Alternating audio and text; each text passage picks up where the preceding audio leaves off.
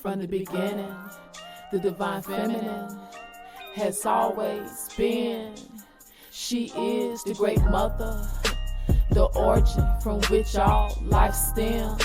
All praise the Most High. The royal is a meetup. The royal is a meetup. The royal is a meetup. Tall panel podcast. The royal is a meetup. The royal is a meetup. The royal is a meetup. Tall panel podcast. Two sisters doing the work of the Most High.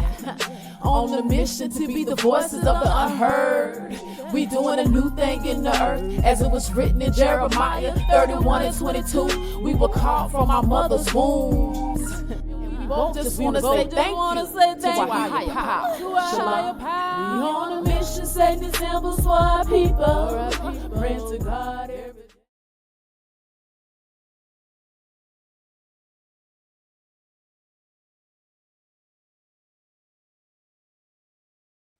All right, ladies, we're going to go ahead and start.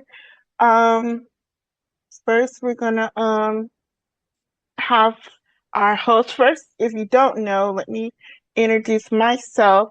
I'm Princess Adah, one of the hosts of the Royal Meetup. We're just two sisters, who just come together with different people each month to discuss different topics, especially those that affect the so-called Black community. This started about a year ago with Sister Raphaala. She had a vision to discuss, what it meant to be a Hebrew Israelite.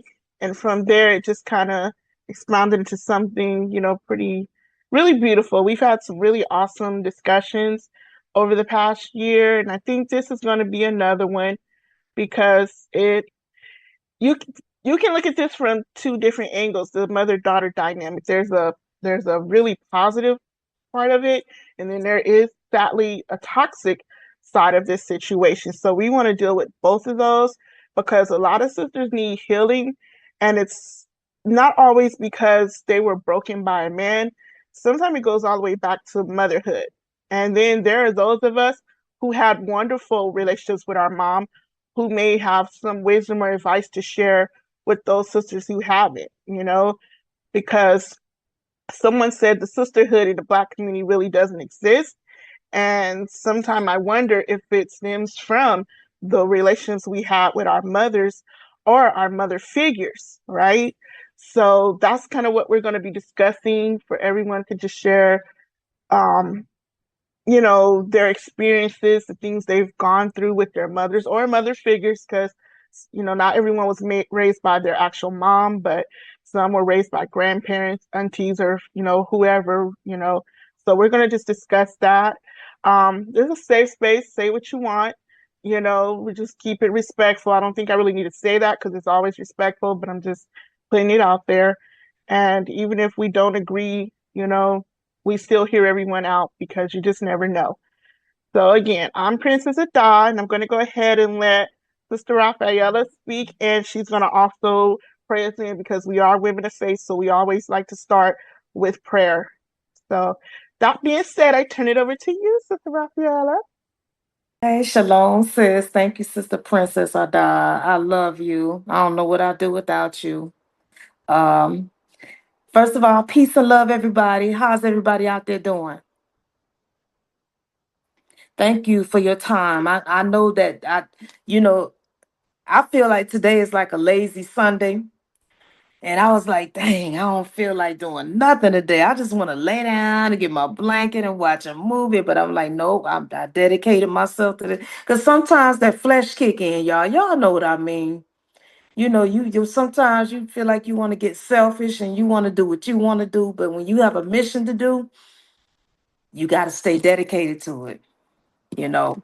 But thank you all so much for your time. And again, I'm Raphaala Yasharahla, originally from Cleveland, Ohio. Um, I see everyone on here is us, Miss Empress. It's so good to see you, sis, Miss Empress. How you pronounce your name? Taisha? Greetings, Aisha. Yes. Taisha, it's so good to see Yes. you. And you Same too, here. Congratulations. yeah, and there's a sister from Tanzania. She's supposed to be on here, and she said that it was going to be like 3 o'clock in the morning where she is, 7 p.m. My Eastern Standard Time will be like 3 a.m. for her. And she was like, "I'm coming. I don't care what time it is." But as Princess was saying, we felt the need to do the topic on the mother-daughter dynamics because I've heard so many stories of our sisters and even our brothers as well, um, are really traumatized from their relationships with their parents from the time they were born up until they grown up. And people are really traumatized from experiences with their mothers. And I've been getting phone calls for the past year or so with people complaining about their mothers. And me and Princess and I was talking. We was like, we need to do, we need to have a discussion about this because our community collectively as a whole, we need a healing from toxic karmic mothers. And then there's some good mothers too. But we need to have some conversations on these toxic mothers and what we can do to reverse this wicked spell that's on our nation with these toxic karmic mothers. You know what I mean, y'all?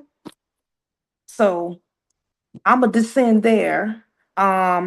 I guess we will let each person do like a 2 minute or less, 2 minute or less, 2 minutes or less. An introduction of yourself and where you're from.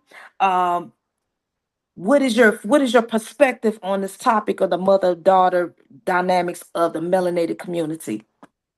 Oh, I and also to say that I don't know, we opened this conversation up to all sisters, so I don't know who will join the conversations. They may not all be Hebrew Israelites, but we're still accepting everyone in love because everyone, needs some therapy at one point or another. Mhm. So we're not shutting out anyone who just because they're not a professing Hebrew Israelite, because that's what we're here to do is be a light anyway. Right. So that being said, sis, go ahead and pray us in and then let everyone begin to introduce themselves. Will do. Everyone who can will bow your heads. Hallelujah. Hallelujah. Father, we thank you for the will and the discipline to come together to gather with the saints. We thank you for this opportunity. We thank you for seeing us through this week. We thank you for keeping us clothed in our right minds.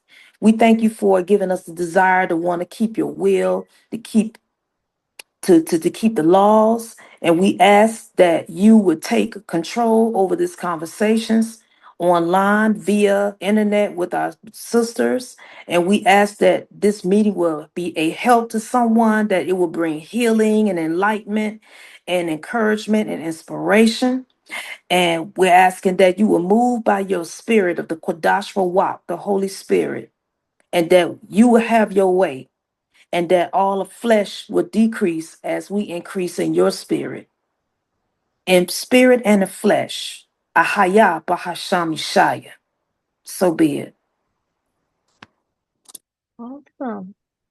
Right. Okay. So let's see.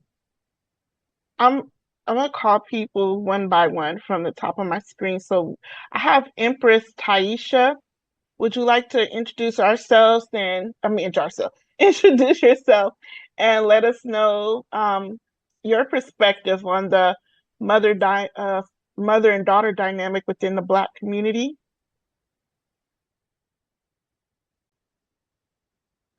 Yes. So my name is Empress Taisha. Some people may know me as Odelia throughout the Hebrew Israelite community. And I'm from New York originally, but I'm a nomadic spirit, so I'm all over the place. I'm in Las Vegas right now. And Okay. I'm still on my, yeah. Every time I come out here, I get another upload and learn I some great. love Las Vegas. I'm jealous. I love it there. Yes, it's the sun It's hot is though. highlight. It's just during the day you don't want to go out there, but in the No. morning and in the evening at 6:30, it's like yellow. Like you remember Ooh, coloring the sun yellow. That's exactly what you see in the evening. that dry heat. Beautiful, yeah, beautiful dynamic. Regardless of all the things that people hear, you don't have to engage just regular families out here. The mountain's beautiful. So I come out here. It's my third time out here, and I'm always getting an upload. So Las Vegas takes very well care of me as long as I receive, what I have come out here to do.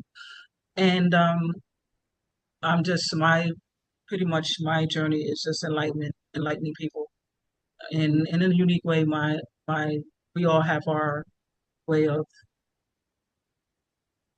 being dealt in counsel from from the higher power and from the Most High, and then we have our way of teaching and learning. So yeah, I'm on a different perspective as as you and Princess Adah knows. That's Mhm. it. That's it. All praises. Thank you, sis. That's beautiful. And then next, I am having Sister Alyssa. Would you like to introduce yourself and let us know what your thoughts are on this subject?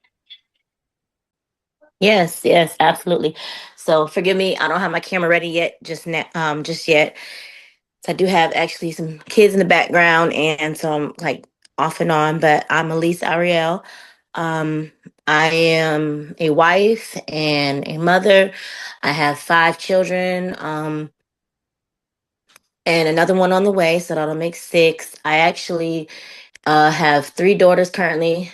Um, the number 6 that's on the way will make 4 total.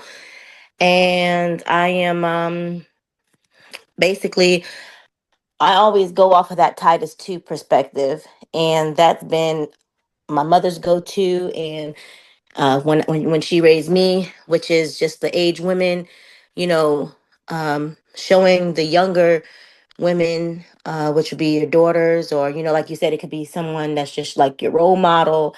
It could be whoever you're being raised by, showing you the correct behavior,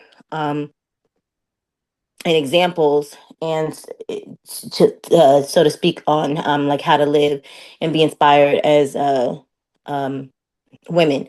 But yeah, I'm in Southeast Missouri area.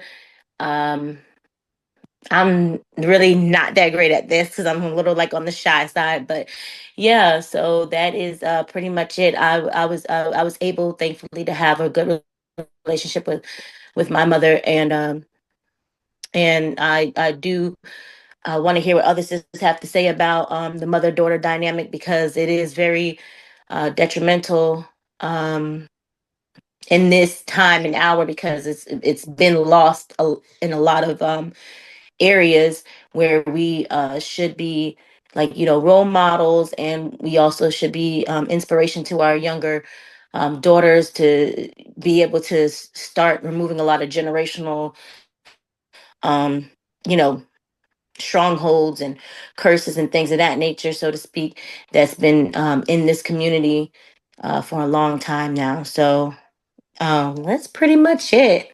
Uh, Mhm. yeah. Thank you. That was beautiful. Beautifully articulately elaborated. Thank you. Believe it or not, you guys, I'm shy too. I am. I really am. I really am. Yo, you all just don't Oh, know. I'm shy too. You wouldn't believe it. I'm telling you, looks are very deceiving. Even after Princess and I've been doing a podcast for a year, I still get a little bit of butterflies in my stomach before I come on air, because it's like because I'm a very blunt, straightforward type of person. And I was told that I speak before I think sometimes, because I'm very, very straightforward and honest. And sometimes, most of the part of my life, I've been like over abrasively opinionated with what I say. I mean, I'm brutally honest, like too honest. And then I had to learn how to like hold back some words, in order to like not offend people.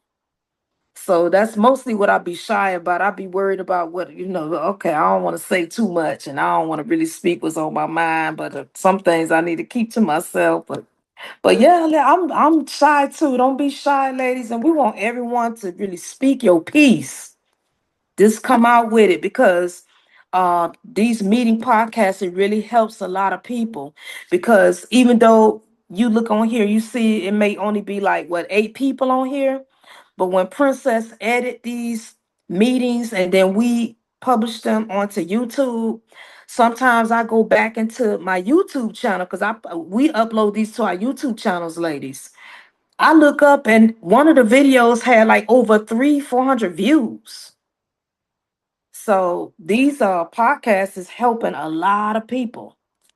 And they go off of your testimonies and they apply it to themselves, and they don't say, a lot of them don't say anything. They just watch it and it either help them or make them angry. But it had helped a lot of people. I just send there. Okay, yeah. I see. Okay, next on my screen. Oh, you popped right on at the right time, Sister There she Ruka. go. Shalom, guys. How y'all doing? Oh, well. Shalom. Bless y'all. I'm Aruka YAH. I'm originally from Los Angeles. I live in West Kentucky. I'm a mother of, so together we have 5 children, my husband and I. I have an adult daughter that's 23, and I have a little daughter that's 5, and the rest are boys. And, as I shared with some of my sisters earlier, I'm an identical twin, but yeah, but I'm the middle. So we have a older sister, and then me, then my twin sister shortly after. And though I had a pretty good relationship with my mom, I don't know that her relationship with me was good. but but but as I came to an understanding of my walk and my journey, I got a better understanding of why our relationship, it wasn't strained, but she has some feelings towards me that in recent months when I was back in California, she was able to share. And a lot of it's just Ruaco. There were spiritual things going on, and I was holding my mom to a hard standard when she was just trying to do her thing. At a young age, I had an understanding, and I was holding her to something she could not be. And I didn't know because I was just a little girl. So I just thank y'all for my mom. And I was not in the knowledge of the truth when I was raising my adult daughter, but I did come to the truth while she was like a teenager. And I just regret the life that I lived in front of her. I was very materialistic and worldly, and really just about things that did not profit us. But I'm raising this little girl different in a covenant with my husband and the Most High. And I just, I'll say this and I'll depart. When I asked the Most High Yah what the understanding of generational curses was, this is what he revealed to me about 10 years ago.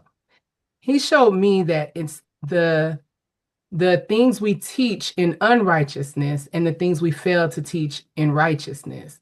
So when I came to the knowledge of the truth, you have to go back and clean up some of the mess you made when you was in unrighteousness. And that's just where I'm at with my adult daughter. She's great, she's a good girl. She works and she's in college. But I have to clean up some things that I taught her with the unbalanced understanding because I was headless, So I just thank y'all for allowing me to be humble enough to go back and teach different than I taught, but with the understanding of who we were created to be.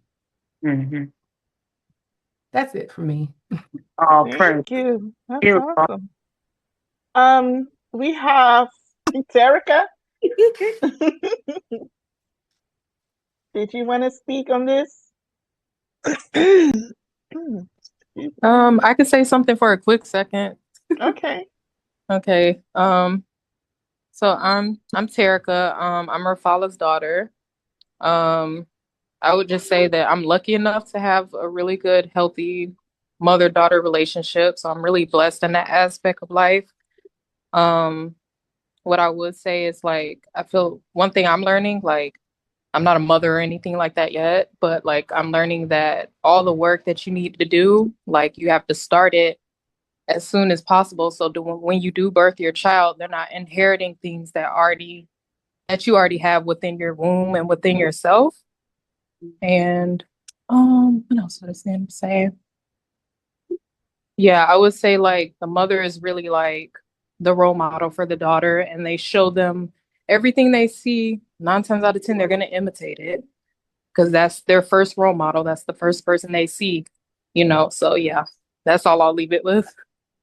Indeed. Beautiful. Sister Raphaala, I am not covered today. Can you please read Deuteronomy 28:56 for us?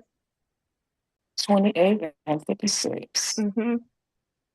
Okay. Anybody else need more time before we read it? We need to wait on anybody? Because I'm pretty much there.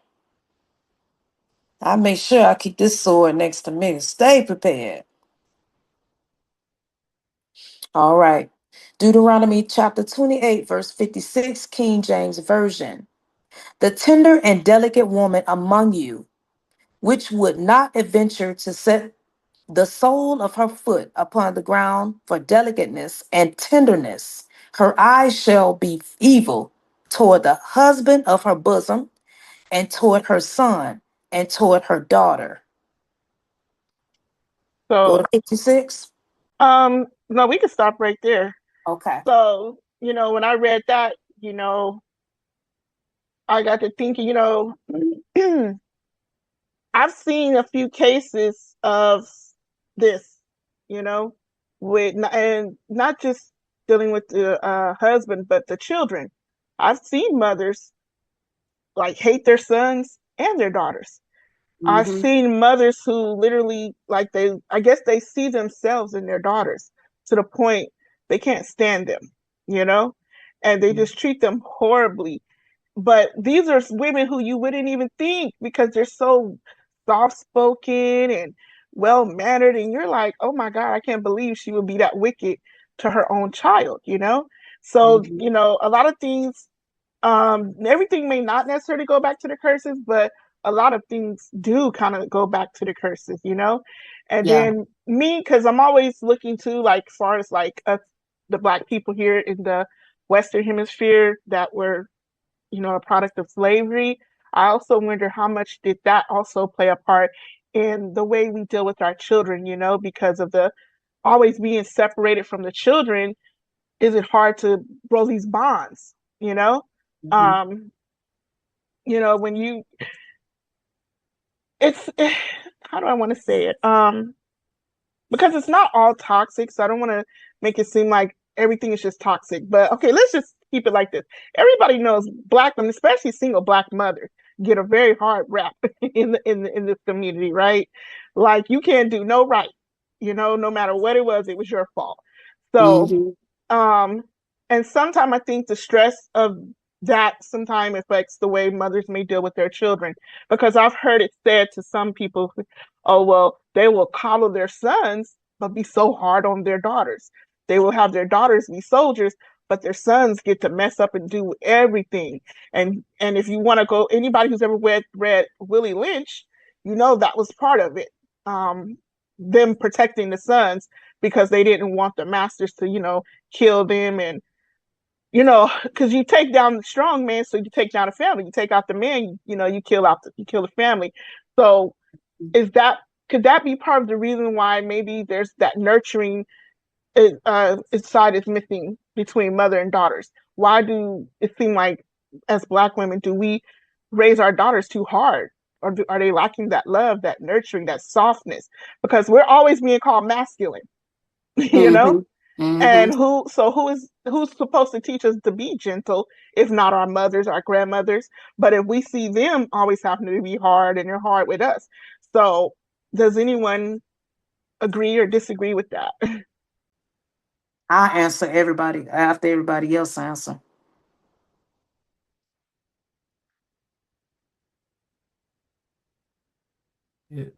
Sorry, I was trying to unmute. Um, I do believe that a lot of what we're seeing in our communities, and not just with the daughters and mothers, but with our people in general, it started on the plantation, and you really have to understand the thinking of the slave masters when they brought us here. They had a plan, and ultimately it it was confusion. It was disorder, confusion, and I would say it started even before they took us from the shores of where they found us. You had to force us into religion when we were not a historically religious people. When you had to put the unclean thing in us when we were, we did not partake in the unclean thing. We had to take our names, our books. In taking our names and taking our books and taking our Elohim, they took our roles from us too.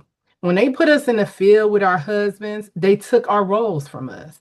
They confused the thing. And that's why we know a lot of this stems from Babylonian wickedness, which just means confusion by mixing.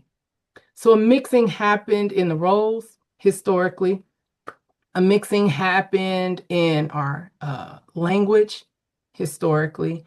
And then something I heard many years ago is how they took our men and beat and abused them in front of us. So who are we supposed to trust? Mm-hmm. We had to be strong. We were forced to be strong. Now, my mom had all three of us by the time she was 20.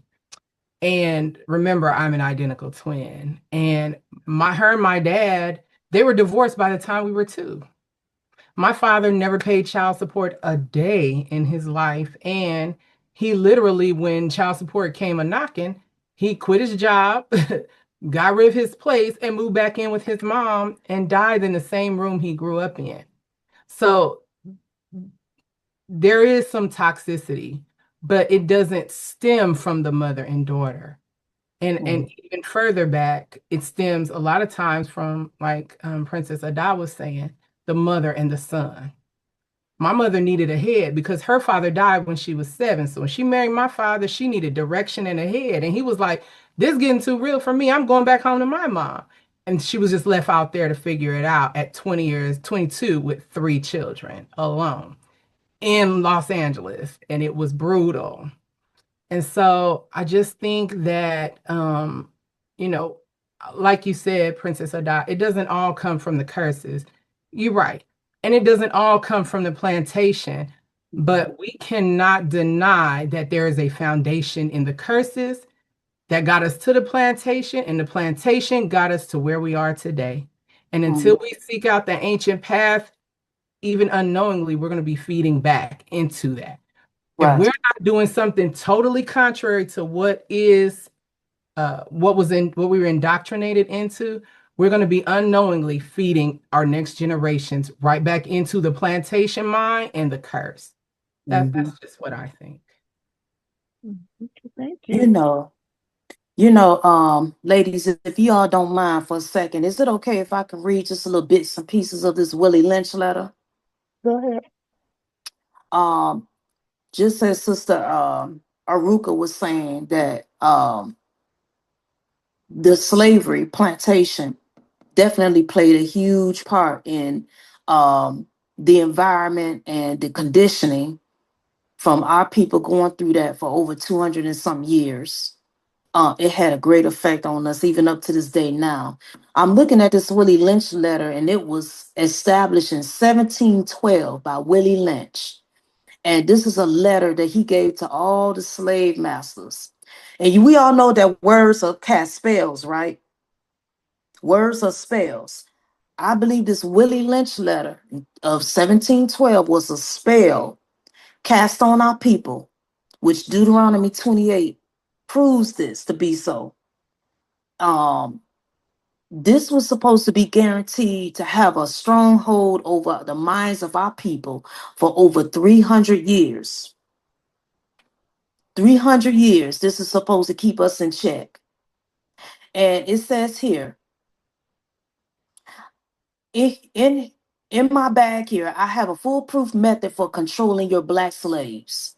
I guarantee every one of you that if it is installed correctly, it will control the slaves for at least 300 years. My method is simple. Any member of your family or your overseer can use it. I have outlined a number of differences among the slaves, and I take these differences and make them bigger. I use fear, distrust, and envy for control purposes.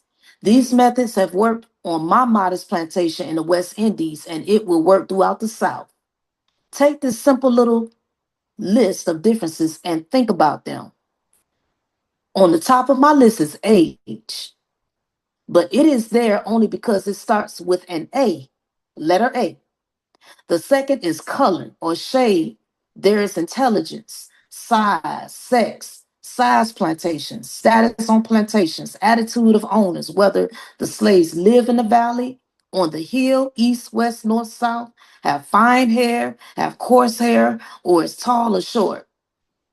I'm going to stop there, but I'm going to elaborate to the part where in this letter, it even has a section where it instructs the women slaves to condition the boys to be weak and what's the word I want to use? Codependent.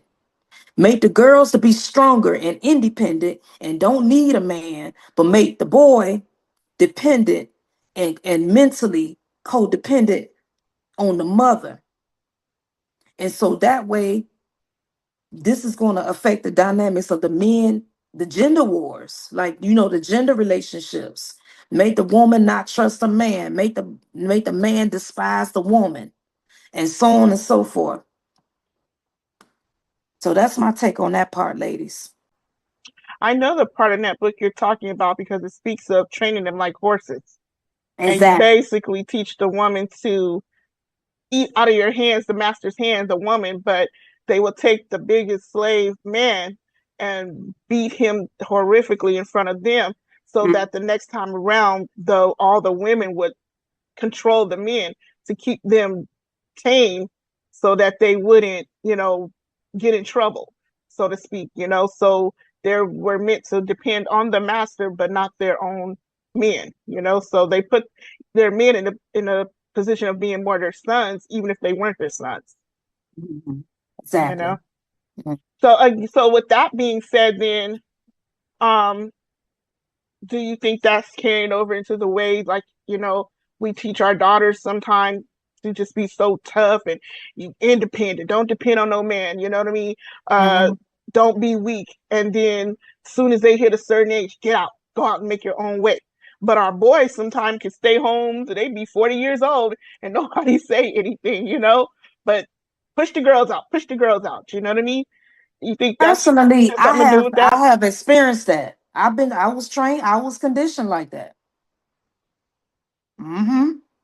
And so was all the women in my family, going all the way back to 3 generations when I think about it. So I had to unlearn these toxic traits, and still got a little remnant that I'm working on, that my husband be reminding me. I had a real bad day the other day, ladies. I mean, I had a bad day. I'm talking about I was depressed just a few days ago, and I rarely ever go into a spirit like that. But he had to tell me, he said, you don't have to be tough all the time. He said, you don't have to be like that. He said, it's okay to cry. And he just held me, and he just held me. He just said, I love you. He said, you don't have to be tough all the time. And I was like, you're right. I'm like, I can't help it. So this is some of the things that I think a lot of other melanated sisters can relate to that. Definitely that toughness. I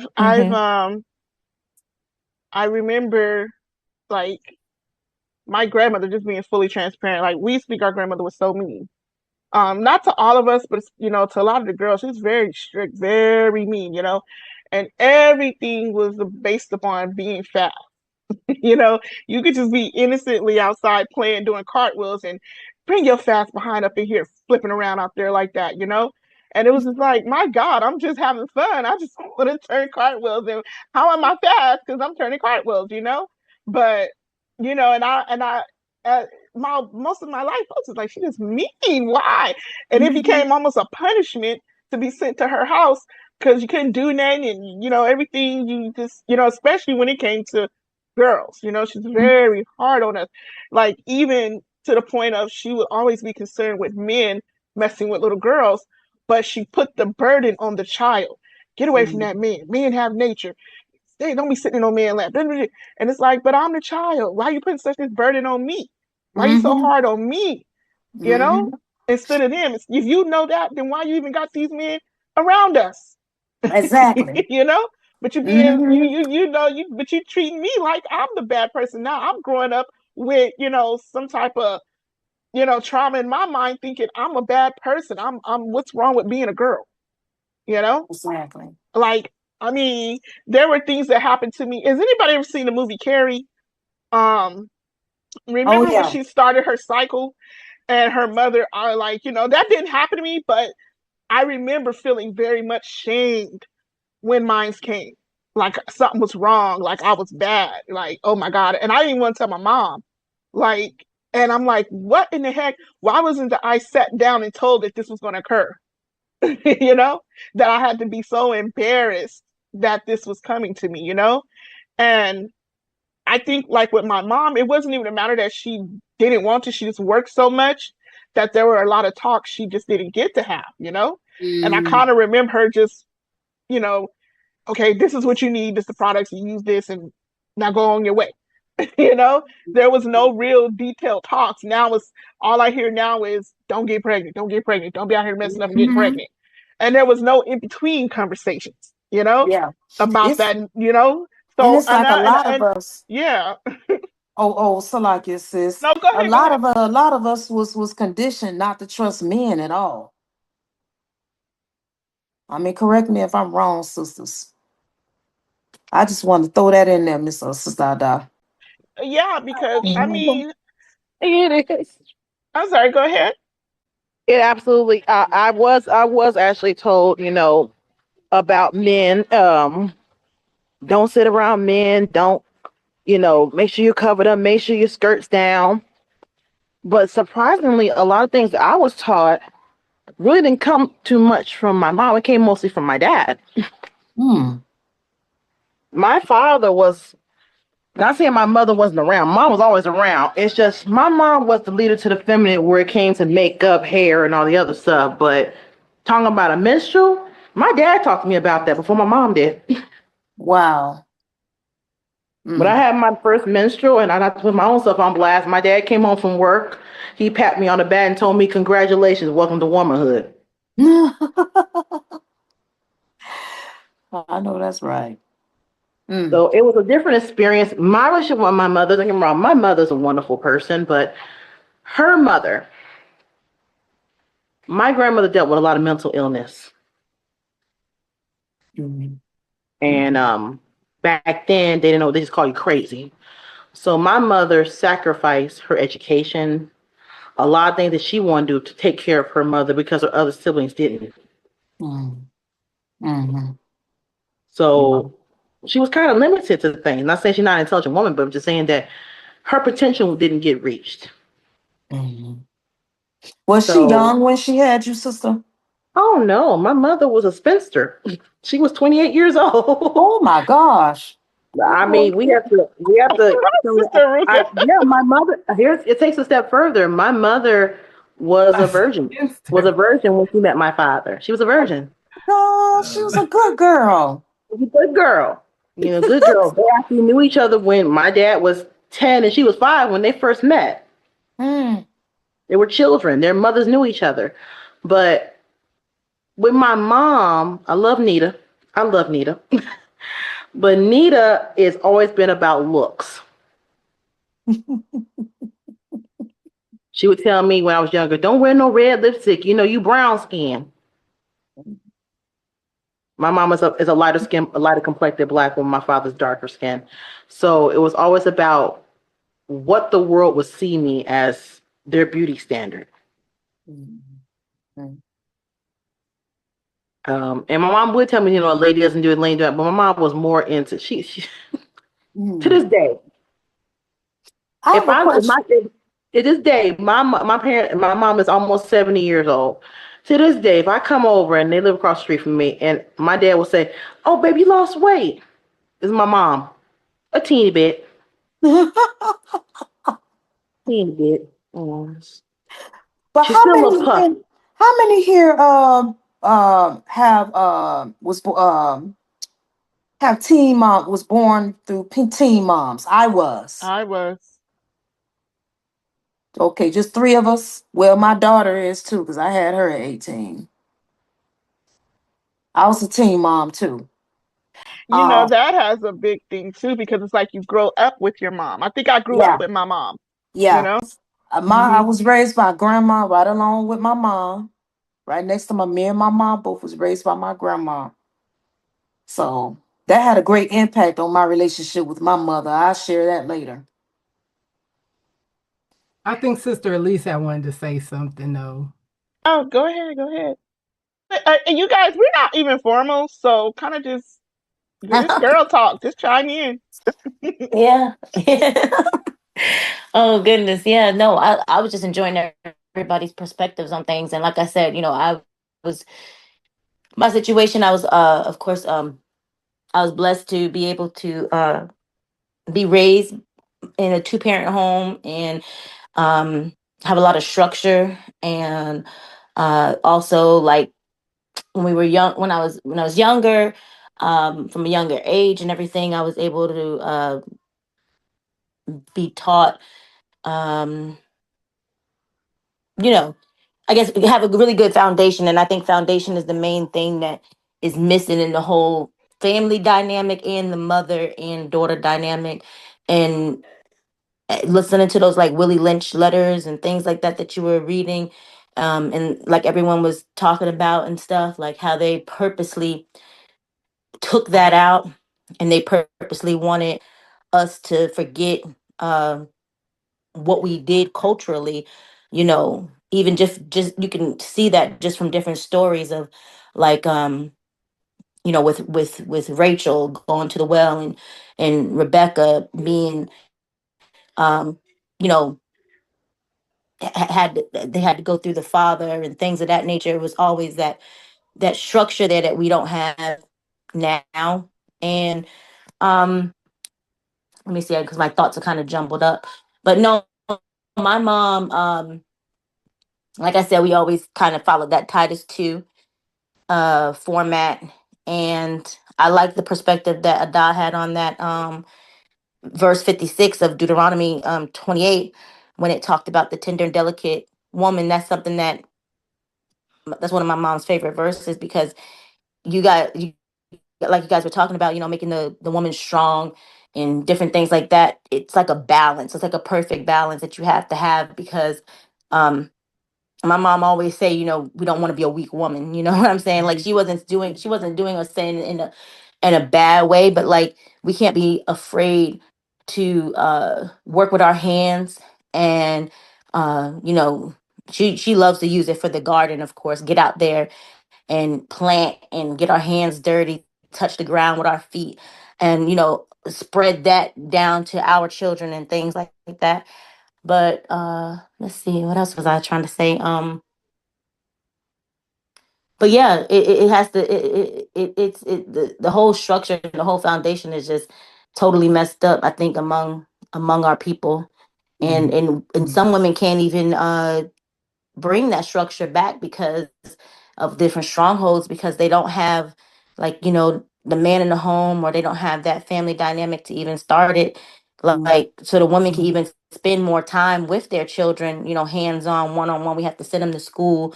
We have to um start them off in daycare and stuff. We can't even bond with our daughters and things like that, when we're supposed to be uh their teachers and their role models and their inspiration, and then they can mimic us. And you know society has just got us all messed up, but yeah. I would like to add to that, Sister Elise. You was talking about how the brokenness of our people. Because in my opinion, because we come from a people that is generationally broken, and we have some really toxic, unfortunate dynamics involving our people, which was a lot of our people are just so emotionally and mentally and spiritually broken. I believe a lot of our women, referring to women of color, Black women, we have to wear all these hats, and we are the most disrespected. We are the most unprotected. Like Malcolm X say, we got so much on us. It's like we have to wear a cape in our brokenness, and whether we're good or in bad shape or whatever, we still got to wear these capes, and we got a lot on us. And it's like the world expects us to be able to function in two different roles, because I feel like for the last 50 years we had to carry the whole family on our backs for the last 50 years. And a lot of us didn't even get a chance to get no type of mental therapy. We don't have half of us don't have nobody to talk to. And so we ended up possibly being raised by these women that were broken. And a lot of them didn't love themselves. They were hurt. They had broken hearts. And I think they put off some of that energy on us, the younger generations. And then we carried that into that negative low vibrational energy onto the next generation. And then a lot of the fathers were not there during the pregnancies of the mothers or even after the childbirth to take on some of that burden that we had to carry. And so we actually have some of our women, they take the anger out on the baby, on the child, and the child don't even understand what's going on. Well, why my mother don't like me? Why she treat me like this? Why she talking to me like I'm a dog? Maybe because she look at you and you look just like your daddy, and she can't stand that booger. And so she love you, but she can't help it. But then we have some of our women, a lot of them are emotionally immature.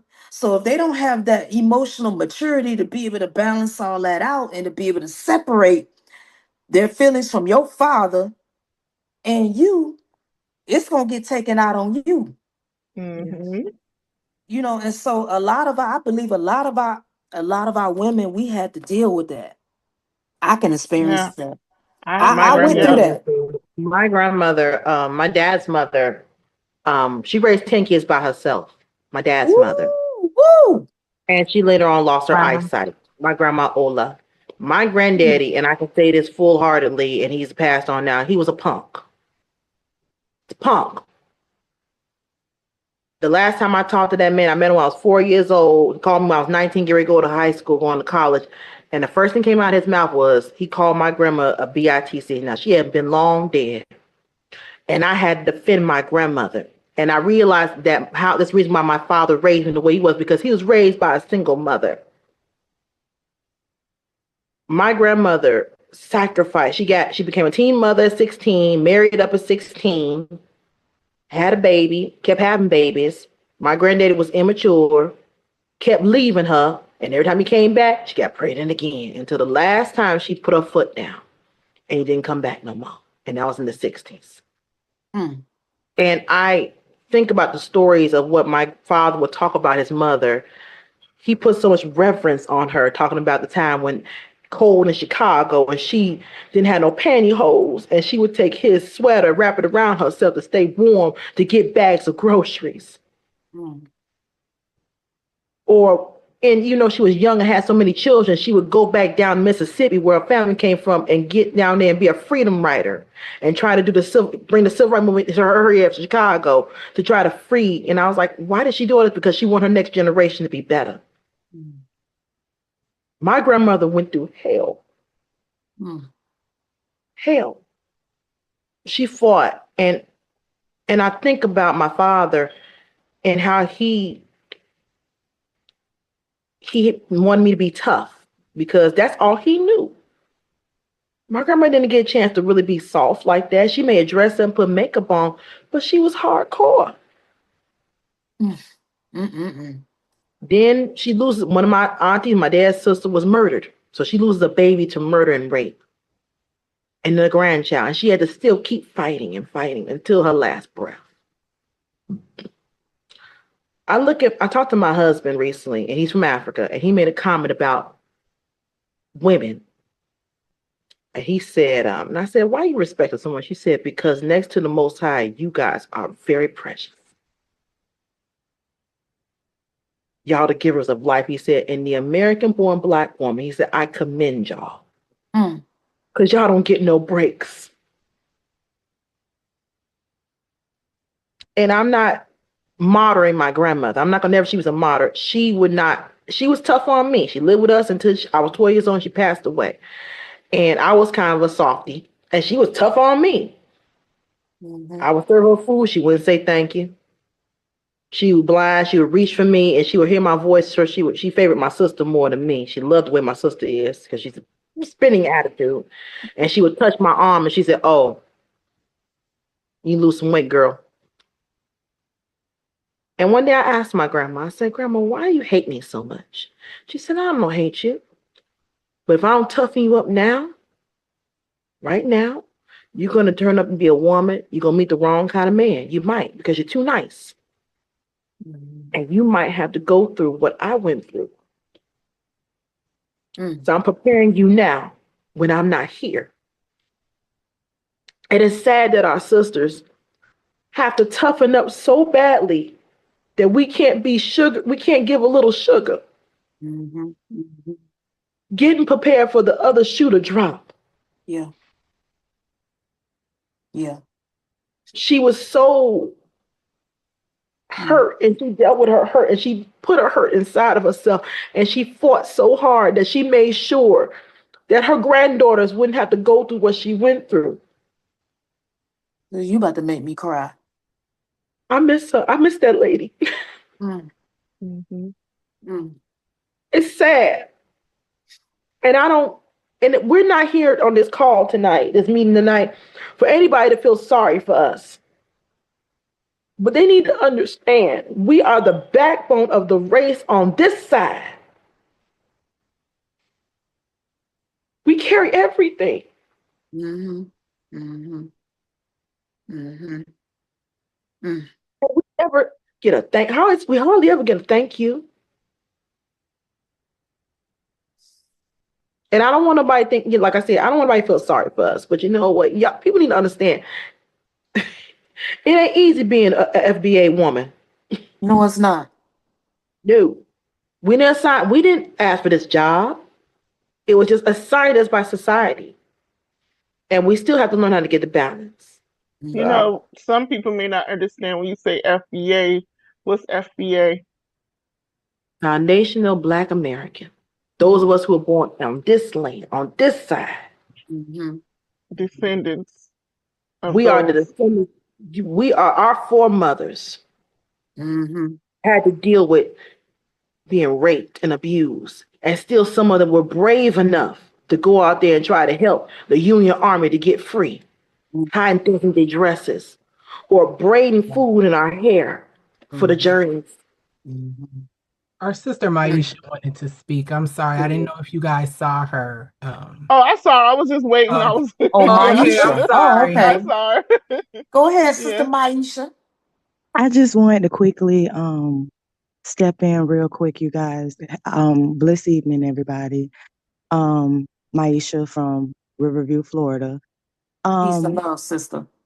Peace and love. I just wanted to quickly say this. We don't need sympathy. We're not even asking for sympathy, but for some reason, we're not even extended grace for anything. And it's so sad that for us as Black women, a lot of times, I think the mother-daughter dynamic comes in is because we are so stressed and overwhelmed and overworked and overburdened and carrying loads that are not even ours. By the time it gets to our daughters or time our mothers get to us, they're exhausted. Exhaustion. And it's so sad. And to point out what the previous lady had said, and I You all had me over here almost in tears. My grandmother instilled that into us because I had a grandmother that was married. However, and we married for 60 years.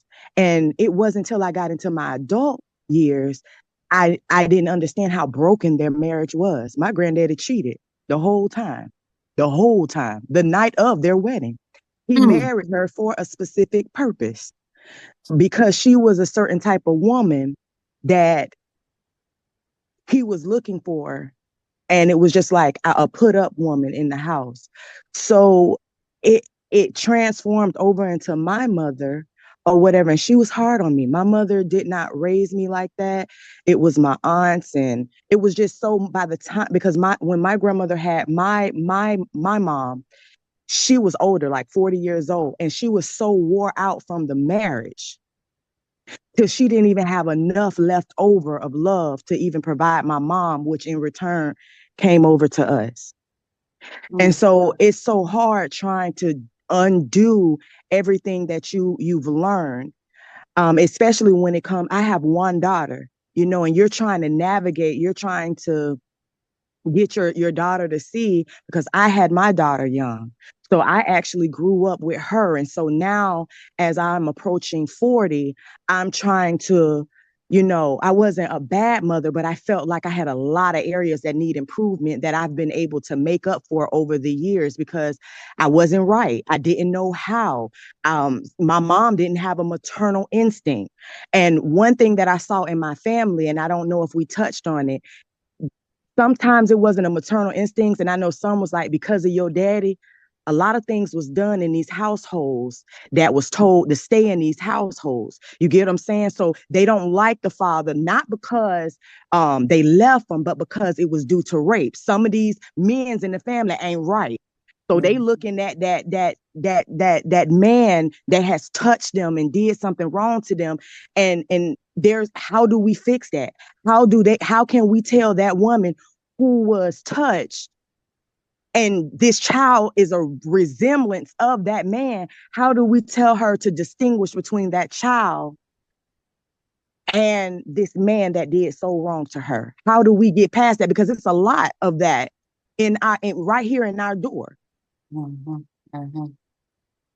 So I'm traveling, but I just wanted to quickly put that question out there because I know sometimes it comes off that we may be bitter, but it could be that somebody is dealing, with a child of rape.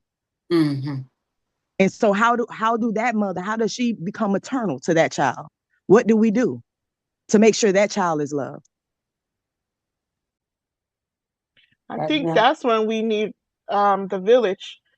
That's where the sisterhood should come into play. When we should be able to see when our sisters are struggling with their children and be able to step up for them. Unfortunately, especially nowadays, everybody's like, mind your business. If you dare try to, hey, sis, I'm here, I got you, I see you struggling, but I wish we had that, because we could probably eliminate CPS if we had more of the sister and sisterhood, because when you going through, look, like for me, I'm somewhat of an empty nest, right? My children are grown, but there may be a sister who's going through something like, girl, if you don't come drop them babies to me and go catch a break before you really break them, you understand me? But that's what we need, because you may not have the girl. Like for me, my mother passed 3 years ago. I don't have a grandmother no more. I don't have my mother no more. I don't even really have aunties anymore, right? So I don't really have the village except for my sisters, right? So I always think, I want to be that for someone, though, because I understand even more now that my mother is gone, just how important that village is, that extended family, you know what I mean? Because I think there used to be that, even with all the brokenness and the toxicity that our people were going through, they used to have a village. You used to could go to your neighbors when you didn't have groceries. Another woman could help you feed your kids and look out for your children while you went and worked. You know what I mean? With y'all bartered with each other. Well, girl, I can't pay you money, but you watch mine Tuesday and Thursday. I watch yours Wednesdays and Fridays. You know what I mean? And then that's how we'll get through. But now I don't even think we have that as much as we used to, And I don't really know why and where we fell apart in that way. I wish somebody could answer that. Well, could I say, I had my daughter at 21, and my twin sister had a daughter at 19. So we lived together for a few years where she had a child and I didn't. And we lived, now we're from LA. So we lived in a pretty bad neighborhood, but the apartment complex we lived in, I first want to say it like this. That which you speak of, Princess Adah, is here. But it's in such small pockets of our society, and it's so personal and it's so internal. Our apartment building, I don't know if you know anything about LA, but on 120th and Vermont, and it was wild over there. It was in the middle of two gang territories. It was real. Mm. And all the older women in our building looked out for me and my sister. Now we were young adults, but there were teenage kids who parents was knocking them upside their head, throwing them out, and we was taking them kids in. We had little kids and we were taking them in. And also when we were having children, the older women, I mean, my mom stayed 2 blocks down the street, but she had her own stuff going on, so she couldn't really be there, I guess, like a grandmother should have been. But there were so many women in our building that fed us, and me and my sister were both working multiple jobs, and we couldn't even afford food a lot of time. We could keep a roof over our head and like a bus pass to get to work, diapers, but food sometimes was hard for us. For a long time, it was just difficult to keep food. Our neighbors fed us. They would drop us off at work if they was going that way. And for many years, we had that family dynamic that was not blood relatives, but was just women who understood. But we were also that because we were young and we had our own place. We were that for those women too, whose kids was getting out of control. And I mean, no lie, I can remember pulling out a belt and going in on somebody's child who was acting a fool with their mama working 2 jobs and getting bad grades to this day. And then that girl, that same girl, grew up. She's married and has kids. And when she became a teenager, she helped me with my daughter. And right now they have a beautiful relationship. Here we are 20 some years, 23, 24 years later. So, but I loved her enough to put that belt on her back too, because after getting off her mom getting off her second job, she just didn't have the energy. She didn't have a day off for like 3 months straight. So we had that. And I will say this too. My mom raised us alone, but we come from a very patriarchal family. So my mom's uncles, they ruled us with order and love, but they were real men. They were husbands to their wives. When it was mess in my mama house, it was an uncle coming in with a key, and it was straight out. And if it was a boyfriend that my mom had or my auntie that didn't want to leave, they came with their friends and they dealt with this. So we were raised, though we were raised in the hood, we were raised in a very structured, tight knit, patriarchal family. I want to say this though about the mother-daughter dynamic. My mom, though my father was the man she knew, from high school, and they married and he left her when we were little. My mother never spoke bad about my father. And my twin sister and I have his face. Our big sister too. We all have his face. She never spoke bad. She never talked. She encouraged us to have a relationship with him. And even when we met him for the first time when we were like 8, he walked right in the door. He didn't even knock. We didn't even know who he was. My sister even called the police because we just thought he was an intruder. But ultimately, she wanted us to meet him. And she said the door will be unlocked when you're ready to come. So when I was raising my daughter and I did not, her father and I did not stay together, I never spoke bad about her dad. I never, I always encouraged her to have a relationship with him, though he and I were not together. But here's another side of that dynamic. So my mom's big sister, her and her husband divorced, and she has 2 daughters as well. Now they are very religious, Jehovah's Witnesses, and very structured, very religious outwardly. But my aunt hated my uncle. And she taught that hatred to her daughters, who in the worldly sense have become very successful. but not in matters of love. Neither of them have children. They're 50 and 48. They've never bore children, and they can't even keep functioning relationships. They can't even cleave to men because they were taught that direct hatred, because the mother, and I'm gonna put it out there, because she failed to separate her feelings towards a man, some grown-up stuff that happened, from what she wanted her daughters to become. And so I saw this dynamic as a young girl. This is my mom's sister, my mom's only sister, and we were all raised very close. But my mom, though we were poor, though we struggled, we didn't have the money they had, we didn't have the cars they had, we didn't have a house they had, we didn't have anything they had. But my mom taught us to love and respect my father. And then my aunt, raised in that same patriarchal family because of religion, took her and her children away from that. So I'm pointing out how we have a choice as women. You know, I was reading Psalm 103, ladies, and I just want to read one verse from there if you don't mind. It says 13. It says, bless Yah. It says, like a father pities his children, so Yahuwah pities them that fear him. I always thought children were pitiful. They can't eat, they can't get their own butt clean. If you don't love them enough to give of yourself, they will literally die. If you don't love a child, they can die in their youth. I learned this. So from a very young age, and I raised children from young, I knew that they were pitiful, pitiful.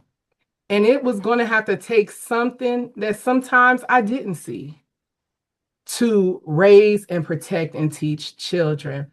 My mom was very loving towards us, though, but she went through a lot trying to raise us. But she kept a roof over our heads. She worked, she provided for us, and she gave us hugs and kisses, and she taught us how to read our Bibles. And I feel like sometimes as daughters, sometimes we can make decisions that take our lives in a wrong direction, and we can start looking at the mother. Because like you said, Raphaala, everybody blame mama. Everybody blame mama because she's the only one around. Nobody's blaming daddy while he's over there living, or if you grew up in that dynamic. I did, but we didn't blame my father. My mom explained to us, your father was raised to be a son, not a leader of a household. I understood that very young. So the expectation, there was no room for disappointment because the expectation wasn't there. He was a friend of mine till the day he died. And so I chose to love my daughter, to teach my daughter, to talk well of her father, even though, he did me away, but that's not her business. Because my desire is that she grow a strong bond with him so she can one day be a 50% of a strong bond with a man. But if I tear down the father-daughter thing, what could I expect from my child? And so I think sometimes we have to come outside of our hurt and think, as a victim, do we want to then become the victimizer? And I didn't want to do that. And it's a choice, in my opinion. It's a choice to teach your daughters, even different if you were taught wrong. You have a choice. Yeah, absolutely. I'm a mother of three boys. My oldest brother, we have like I said, my parents been married for almost 40 years, but before my dad got my mom, he had a son. My oldest brother's mother was a monster. She abused my brother, blacked his eyes, everything because he looked just like my dad. And now my brother is almost 50 and he's still a child. He's still a child. And he's got children. And now the children are suffering. So now my dad has to step in and try to help his grandbabies. Even though me and my children's father did not make it, we are not the best of friends. We don't talk. My kids are autistic. The last one, he left me with the last one. He was 1 year old. He ain't seen them since. And that's okay. The reason why I don't bash him and I don't come at him. For real, I was hurt. I was very hurt. I'm like, you leave me with these kids and da. And then I come to the realization one day, if you don't study the mother of the man you lay down with to get you prepared for what you're going to have babies with, because I realized his mother didn't raise him. She was young. His grandmother raised him. She wasn't the best. So that was a red flag. But my thing was is that now I got a chance. Like I told his grandmother who raised him, I said, you didn't do right by senior, but you ain't gonna mess over junior. My biggest fear in life as a mother is that some young lady come crying to me because my boys have hurt them or abused them or mishandled them. So that's why I tell my sons, I'm like, look, man, hey, you're not gonna do what your daddy did. I don't talk against their father. I don't let the hurt, and it took me a while because I had to get over my pain of being abandoned. But it's not their fault. Mm-hmm. They didn't ask for this. Mm-hmm. And we as women, we even those of us who grew up with fathers. I grew up with a wonderful daddy. My dad, I love my dad. He lived across the street from me. I love him. Mm-hmm. He was so engulfed with trying to make sure I didn't become a teen mother like his mom that he didn't really show me what to look for in love. Don't get me wrong, he loves my mother beautifully, but he didn't show me. And his biggest regret is that I didn't get that kind of love until now that I met my husband now. Mm-hmm. And a lot of people say they put all the stress on the woman. Yeah, because we're the first teacher of the children. They with us all. They come out of our womb. The first voice that babies hear is ours. Mm-hmm. We're carrying them. We are feeding them. We're feeding not their bodies, but we're feeding their souls. Mm-hmm. That part. That's a powerful gift to be in control of. Mm-hmm. That in your womb, you can change a whole generation. You can change the world just from within your womb. Mm-hmm. That's powerful. That's beautiful. And like you said, sister, I commend you too. We did not take our frustrations out on these daddies, on these babies. Mm-hmm. Because we know if we let them out in the world, they're going to make somebody else's life a living hell. Yeah. I'm so proud of my son. I'm so proud of Isaac, my 11-year-old son. When he sees a young lady, he opens the door for him. He sees a young lady. He sees a flower on the ground. He picks it up and gives it to him. He said, "Here you go, queen. Mm-hmm. Here you go, sister. You're welcome, sister." Mm-hmm. You know, I'm proud of you. I also struggle. I had a very difficult relationship with my dad. We're doing so much better now in 2025, but the first 30 years of my life, it was rocky, rocky, rocky. We did not do good at all. And I learned that my mother had a very difficult relationship with her mother. And so out of result of that, it left my mother with a little bit of low self-esteem. And she also struggled with some self-love herself. So she didn't have a whole lot of it to give to me. But she loved me the best she could, the best she knew how. But she wasn't all the way healed and she wasn't all the way well. And so I got the effects of that. And then plus, you know, as I was mentioning before, when a lot of our sisters are having babies from these men that are not loving them properly, especially while they're pregnant, that love that they supposed to get the love from the man and then it spills over into the child. So if they're not getting that from that man, they're not gonna have a whole lot to spill into that child unless they have a whole lot of willpower. You know what I'm saying? So I wanted to add that, you guys. No, I was just gonna chime in a little bit after Sister Raphaala mentioned that, and I was hearing some more from Ola, and I was just gonna bring it back to something that my mom always, one of her favorite things, she liked to get into pictograph and break down the different Hebraic letters and the actual, resemblance of how it how it creates almost like a story, the pictograph from Hebrew letters. And I think, like, because I'm hearing a lot with the fathers and the dynamic of not only mother and daughter dynamic, but how can we have that mother and daughter dynamic, like y'all was saying too, like unless there was good relationships with the fathers, or just different family dynamics to start with.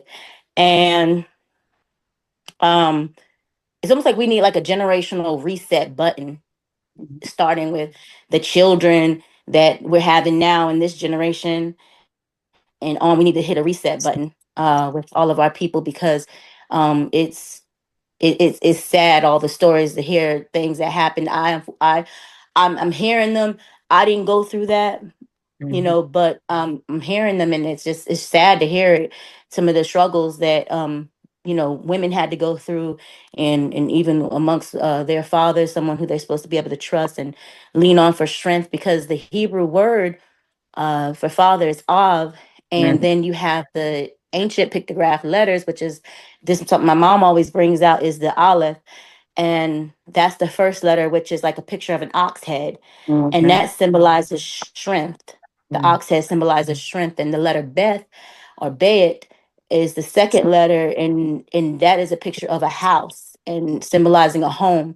So combined, they represent the strength of a house, and it's supposed to be like the father, or the head of the household. He's supposed to be the strength, and we have to get back to that, with the fathers being like the protectors and the strength of the home. And then, like you said, if there was a woman that um was in, if he is the strength of the home or the protector of the home, and he holds up his home with strength, then he's able to allow the woman to become who she needs to be, for her children, for her daughters, and also just protecting them as well. Because like we don't believe in, that whole westernized thinking of, sending the daughters out and doing this, that, and the third. They're going to be in our home. I was in my father's home until I was married, um, protected, and so forth and so on. And then also the mother, the first word for the mother is also an ox. So she has strength as well. And then the second letter for her is like Mem, which is the like representing like strong water, or she's also, that also can be symbolized as like the family glue. She provides like that strength and support. She's able to handle to hold the family together and bind the family together, um, and be that glue. But the mom can't do that unless she has that support from the father, and that whole family dynamic and that whole family structure is created back together. And that's what we need to, I think, hit that reset button and get back to, so we can be that glue for our homes and for our children, for our daughters especially, you know so they have a place where they feel protected and loved and inspired, and just taught day to day by us. You So ladies that's pretty feel much it. um oh, that's beautiful, sister. I'm Salakia for interrupting you. How do you all feel about mothers being jealous of their daughters? Do you think that that's a factor too? Yes. Most definitely. Mm-hmm. I've had a friend like that. She had her mother, she was very pretty, and her mother would tear her down about every little thing about herself. And I'm like, and when I said, what is wrong with her? Mm-hmm. And we also have some mothers that are overbearing too. And so that's why you have to set boundaries with these mothers, especially when you get older and you don't let them interfere with your personal home space, and they affect your marriage and that type of thing. So there's a lot going on.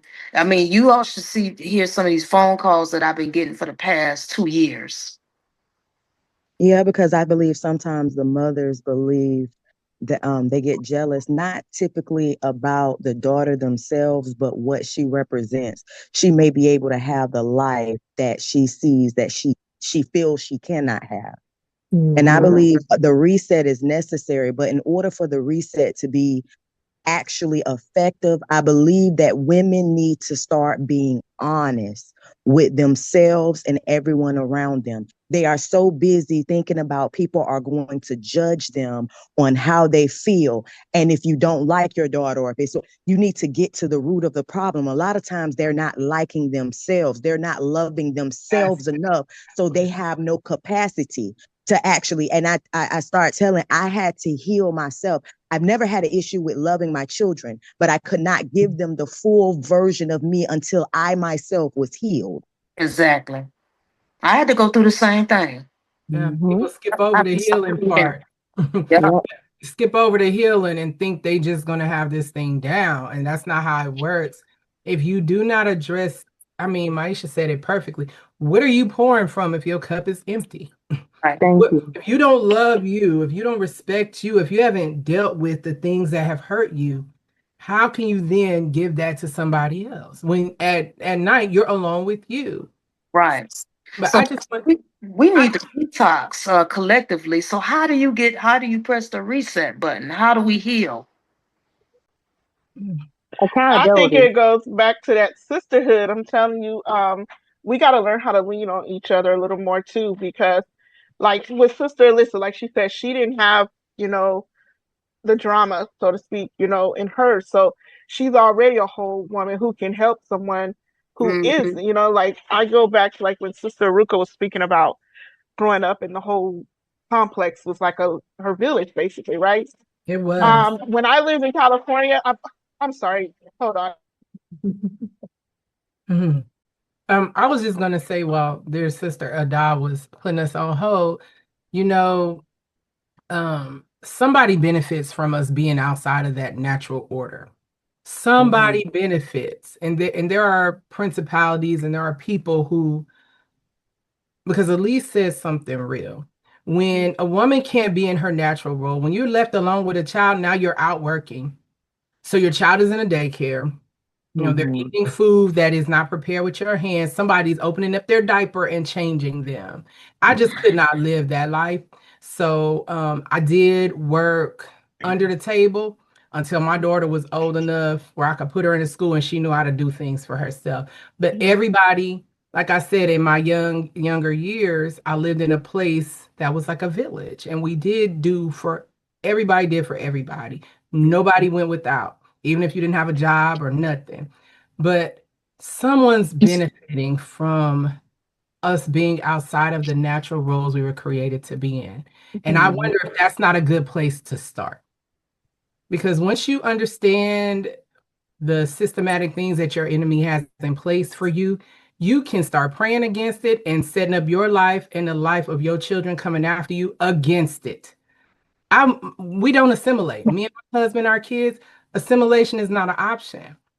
Period. And I don't care how anybody feels about it, because I have the option, because we set up our life to have the choice to integrate into a society that we know has things in place to cause the downfall and destruction of us, or we could withdraw and live set apart. And a lot of stuff is a choice. But I wonder if that foundational getting an understanding of what we're up against is a good place to start in going forward in healing and changing the things that were, so that something different can come. Please forgive me, Princess. Oh no, go ahead. My daughter, I had all this chaos in the background. But what I was gonna say was, growing up, like this is one of the things I miss about California, because I felt like we had village there, especially when growing up, I remember my mom, right?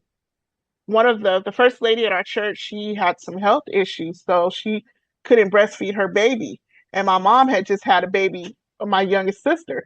So my mom breastfed her baby for her while she was sick, you know. And then there was another lady also in the church who helped her in the same way with another child to help nurse her baby, you know. I'm not saying people won't do that today, but I thought that was really, I mean, as a kid at first we thought it was weird, but now that I go back and look at it, I think how wonderful that was, because my mom had that sisterhood with a lot of women.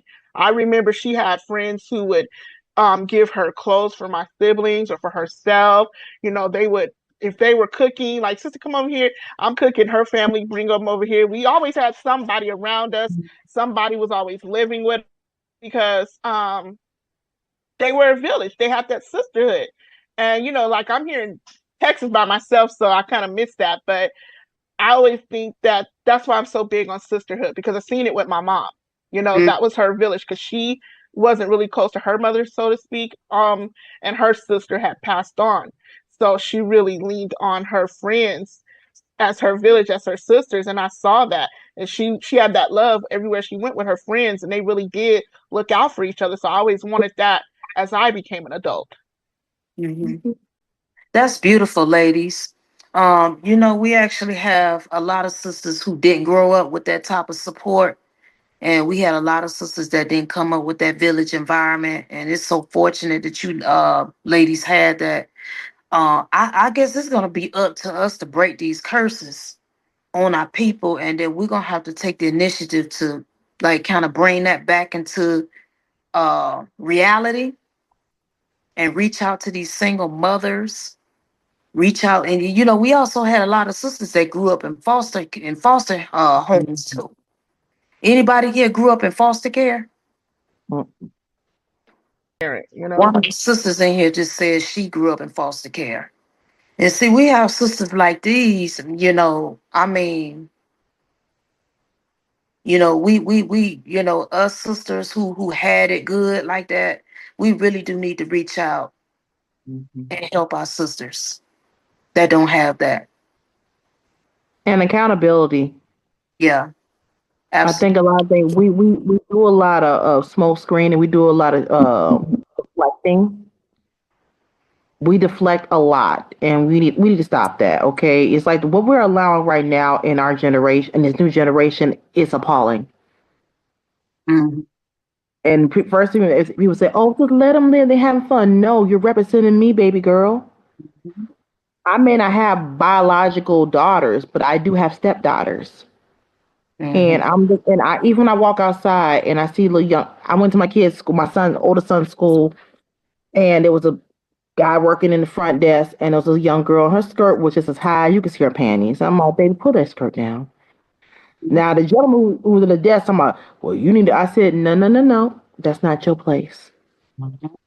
I said, I'm a mama. Let me talk to her because I'm auntie level. I'm almost 40. I'm auntie set. I said, baby, she was yelling and cussing. I said, baby, calm down. Calm down. I know you're hurting. You Please know, pull your skirt down, baby. Okay? Yes, ma'am. She calmed down. After all the snapping and popping and rolling her eyes and, slicking her edges down and nails clapping, clapping, clapping, she brought it down. mm-hmm. And he said, how can you do that? I said, because I talked to her like a mother. Mm-hmm. Mm-hmm. You Yep. probably don't have a father at home. You think she's gonna listen to some man? Mm-hmm. Sisters, I was a single mom for 20 years straight.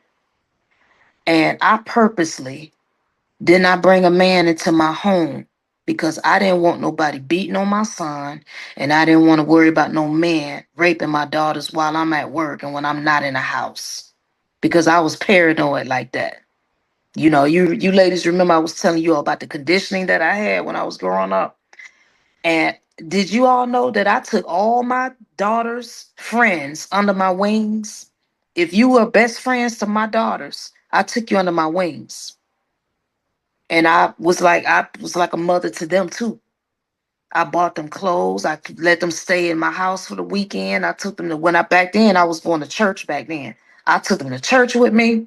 So I already had this mindset before I even came into the truth, because my heart went out to little black girls. And that's what we have to do. So I'm just not sitting here just running my chops. I did this. I actually did this. I'll be 49 years old this year. I did this. And I'm going to continue to do that, because nobody is coming to save us, y'all. We got to save ourselves. And it's going to start with us. Do you think we have a responsibility, especially those women of faith, because the brothers, they're always either on the corner or somewhere, as they say, crying aloud, about sins and repentance, right?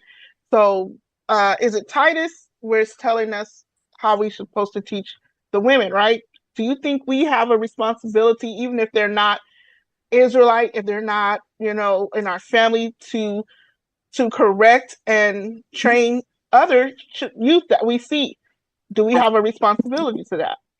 It Absolutely. is our mandate to our village, to our next generation, Says to bear one another's strive. It's our burdens. mandate. It's our mandate. Bear one another's burdens. Those are our baby. I don't care if it came out my womb. I don't care if you're my cousin, my niece. You are all my babies. Yep. You're my princesses.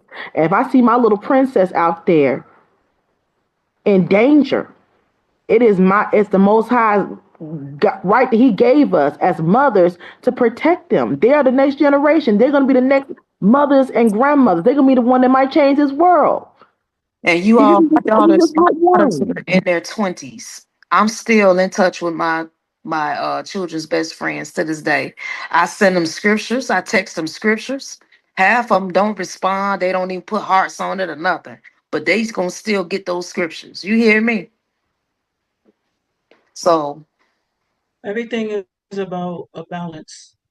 Whether a person is a religious person or whatever faith you walk by, it's all a balance, and we have to handle every individual accordingly and know their story so you can understand how to deal with them and understand how to get them to receive. mm, And everybody is not in the same matter of households where some people were raised in households with two parents and it was still all kinds of stuff going on and still all kinds of abuse and molestation with two parents in a household. Then there it, was some people with one parent in a household and it was still all kinds of abuse and molestation, and that didn't make the mother any less than a mother who had a husband in the house. So no one who had just one father, one parent looked like they was unfortunate than someone who had two parents, because two parents sometimes they felt like for the sake of the children they were supposed to be together, which is still an unhealthy situation. Mother daughter, I didn't want to get off topic because I know that's but the mother daughter dynamic, um, it starts, yes, with the woman. indeed. My biological mother, she was not um, she was afflicted as a child. As I learned to see, it took a minute because I was a little bit resentful that why did my mother love me? From a childhood, I remember being beaten when I was in Pampers. I shouldn't even remember something like that, but I was being beaten in Pampers. Mm, What could I have done so badly that I'm getting beaten like that? And she had things going on with her that one of my uncles molested her. mm, And then I found out things after she passed. A woman who grew up with my mother and my uncle, she was always family, been around since way before I was ever born. Something comes out about how my mom was pointing me off to men when I was a toddler. I don't mm, even remember it. Some people expected me to be angry about it, but I'm like, well, I don't even know. I don't have a recollection of it, but it did explain my tensity when it came to me performing when I had sex with men. My ex-husband would say that I was so tense, and I didn't understand why he was saying that. I didn't understand, but I get it now. There was something that did happen to me by not just any men that she, but I don't know how many men or what happened, but I was told it happened. mm, Um, so now it goes to the spiritually rooted diseases, spiritually rooted curses like endometriosis, which deals with mother-daughter relationships. And sometimes we don't understand why we may end up with these particular things in our bodies, or cervical cancer or stuff like that. It's dealing with the hardship of situations and relationships. A lot of it is stress, a lot of it is mental, a lot of it has nothing to do with necessarily just physical diet. It's a lot of it from the beginning of the household. mm, And when we are when we are I was 5 years old, and my mom said to me, I remember this like it was yesterday. She said, "You think you Miss Holier Than Thou, Miss High and Mighty, you little heifer." But I'm 5. I don't even know what those words mean. I didn't understand why she said that. And then I was told as I grew up, yeah, you was something else with your mouth. So I'm like, mm, well, what could I possibly say? I must have been rebuke in a household as a child, as the spirit can come upon a child, and a child can rebuke the whole household to make everybody feel some type of way. So I was hated by my family and still am to this day. Still am to this day. And I didn't have a sisterhood. I wish I had a sister. I wish I had a sister. And then every time I thought I was building a sisterhood, when I was amongst the Hebrew Israelite community, I have one sister right now. You know, we're still close. You know, I have you too. You know, even though we haven't talked much, you know, I'm honored to always, you know, have conversations with you guys. But I looked at it as if I did have a biological sister, which she had followed the ways of my mother, and we still wouldn't have got along because I've been burned by some women who literally reminded me of the same spirit of my mother, where my mom had she laid with my fiance. She laid with all of her friends' husbands. And this is going back to her affliction as a child. It took me a minute to really grasp the deep understanding of this, where these things come from. My grandfather is leaving out at night to go to work, and he's expecting his sons to take care of his princess, their little sister. And this is what happens when he's gone. So it can cause a lot of hardship. My mom didn't have hardship with men. She wasn't harsh with men. She was harsh with me. We never got along. When that time came when she passed, I was the only one there that took care of her to her last breath. And when it comes to community, there was none. It was a few women that were older women who were around, and they were the only elders that I very to this day admired. That they passed now. But other than that, I never knew my grandmothers because they passed before I was even conceived or ever thought of. My first grandmother, my grandfather's first wife passed when my mother was a baby, so she never knew her biological mother.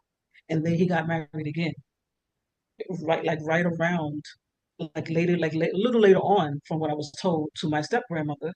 She passed before I was even thought of. I never knew none of my grandmothers, and I wish that they were there. One is there in spirit, step grandmother.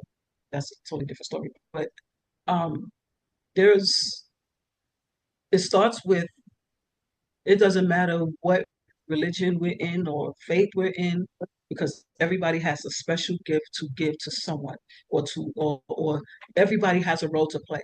And I will say this, that I have seen a lot of us sisters turn away Muslim sisters just because they were Muslim and they wasn't doing the Sabbath. That is wrong, and that's a crime. We're not dealing with one another. She don't do the Sabbath, he's not doing this, cut them off, cut that family off. We'll do it with our own family, unless the man tells us not to, because he don't want to deal with the wife's family. Oh, they ain't doing the Sabbath, so I ain't got to respect your family or your father or your mother. This is the problem. So there are women out there who are very, very matriarchal, not patriarchal. Okay, and they still got some wonderful jewels and gems about them, but we turn them away because they're not doing the Sabbath. And they got a whole bunch of things of wisdom going on with them that half of people may not even know nothing of, because people may be stuck in doctrine and stuck in law. But there's other things. There are people that can be used for different things. There are doulas. There are women who still deliver babies that the ancestors come into them, but because it sounds so evil, nobody want to deal with them. So people in the faith still going to the hospitals, delivering themselves in the pool at home, where in this tap water. You go in a big pool of tap water, but you won't drink the tap water. We're not understanding. We have to come together as a sisterhood. Absolutely. This is going beyond even us. We are the great daughters. The colored women are the great daughters. So we can even still coexist with any colored woman, because this is all about the women. We shouldn't turn nobody away. That's where it starts with great character. We shouldn't turn nobody away. There are some wild stuff going on. There are some mothers who are demons. They were meant to afflict their children. Not that it's to be taken personal. It's because that child was a chosen and enlightened child, and that child came here on its contract that it was going to go through hardship. The ones who go through the most hardship are the ones that are chosen, that they are supposed to have something great coming for them when that time comes, when we endure this big test. So if we would love too much for our families, we would never seek the Most High. we would never elevate and go in other places and graduate to the next level, because we're supposed to graduate. We're supposed to stay in one place. So we're too comfortable wanting our families to just cleave to us, like the worldly way. You have your earthly family, and then you have your soul tribe. You have your soul family. Your soul family is going to help you write out your contract and live out your path so you can help your earthly family, those who are worthy. Mm. So that's the part of the sisterhood. This is a matriarch mission. It's missionary work. We've always been that, and it's alive in a lot of us. It's alive in a lot of us, and then some of us may not understand. Um, so yeah, that's where it's at. We have to, in order to do that reset, like the sister said, the reset is real. And in order for us to grow and gain rebirth within us and have that golden womb, because that's pretty much what it is. The reset will create a golden womb within those who are chosen to have that goal. We have to be qualified to get that golden womb. That's right. Sister Empress, I love you. What do you think that we can do, to start this healing process, to where women feel safe to come to us? Because I've heard women say, I got to keep my business up because I don't want my business all out there in the street. Somebody go gossip me or be looking at me, crazy, so forth and so on. So, what do we do to even open that door up to them, let them know this is a safe space? How do we begin to even open that door up for them to let them know, this is a safe space, we're a safe space, because not everybody's going to go tell your business. Not everybody's going to judge you and look down on you, and I think that someone spoke on that earlier about that fear of your business getting put out there, somebody looking at you like you're crazy, because a lot of us have gone through trauma that we have shared experiences, but we're so worried about what the next person sees that we don't even realize we could talk to each other and help each other, because some of us have overcame, the things we've gone through. So where do we even start that conversation? We have to it's we can't. It's like the whole world is not going to receive and be safe. It's all about those who are willing to come forward. And I think the more people that will, it starts with those who are willing to start up that collision. And once it gets to that point, then we can reach out to people. Like I have a group of people, I have all kinds of people I deal with of all different walks of life and all different races, actually, as well, even men. So it's about coming together and building an organization. Like me, I'm establishing an organization to protect women and children. That starts off right there as a safe haven where people can feel free to learn how to unfold unfold. And the thing about fear, that's another demon. um I was told by a lady a few years ago when I was in St. Louis, and it was like all these brothers came down on me because you know how I am, and they didn't like me. But at that point, I'm not who I am, who I was then. I was still like this humble, like, oh, brother, oh, shalom. No, that's not what I meant. I didn't know. No, I didn't mean it like that. And um, the woman, she was very powerful, strong woman. She said, "Why didn't you defend yourself?" She hated me for that. She hated me for not speaking up. And she said, it's like your family must have put a spiritual muzzle on you. So that scripture about spare not, what's this? Is in Isaiah, I think, about spare not, cry loud, like do not care to offend. Everything is not about trying to offend somebody. A lot of people love to like mind f you with, it's not what you said, it's how you said it. It doesn't matter how I would have said it. You would have got offended anyway because the spirit can do things. And so sometimes you have to just let it roll off how it roll off. And it's just like, there's some people who have tough skin and there's some people who's very sensitive. And it's okay. But we have to walk in our truth. If we don't walk in our truth and walk in our authority, then how is anybody going to lead? How are we going to lead it? And as an example. And some women are tough, some women are soft, some women are balanced. It just, everybody has their own role to play, and there's a reason why you got some that's on a rah-rah tip, because they are built that way and they can handle those other tough ones. I have scripture I'd like to read.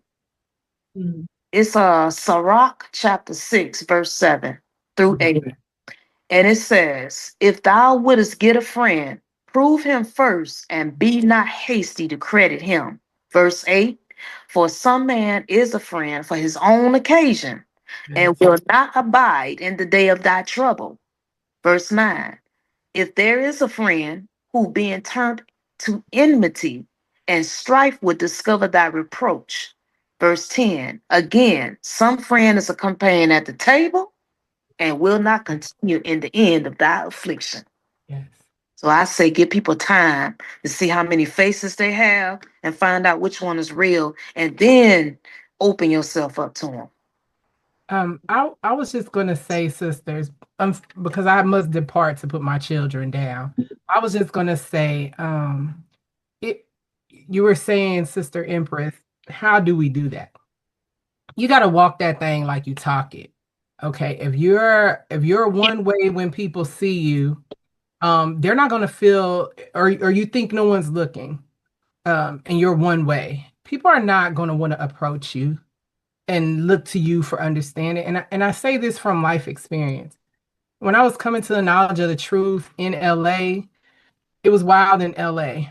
But Yahuwah's my witness. Strangers would come up to me and say, something told me you can help me. Now I was still learning the truth and living my repentance.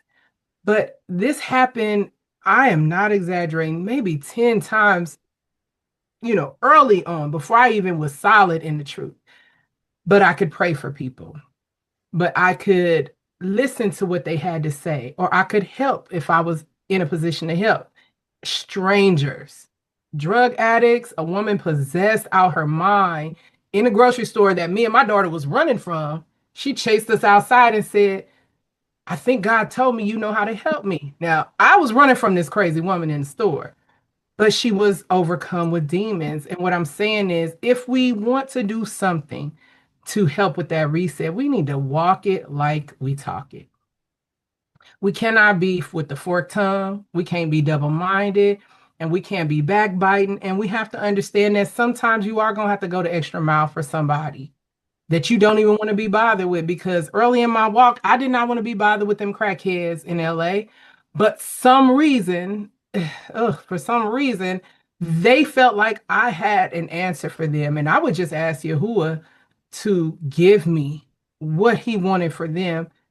And this is a phenomenon in my life. It's happened every state I've ever been in. But we can start by ourselves first forgiving, because forgiveness allows us to heal. It allows us to then be in a place where we can offer healing. You're not going to walk around in unforgiveness and think you're going to offer healing.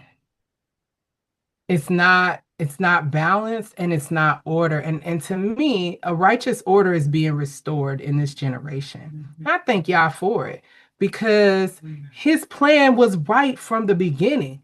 We departed. So that has to be brought back to its righteous order.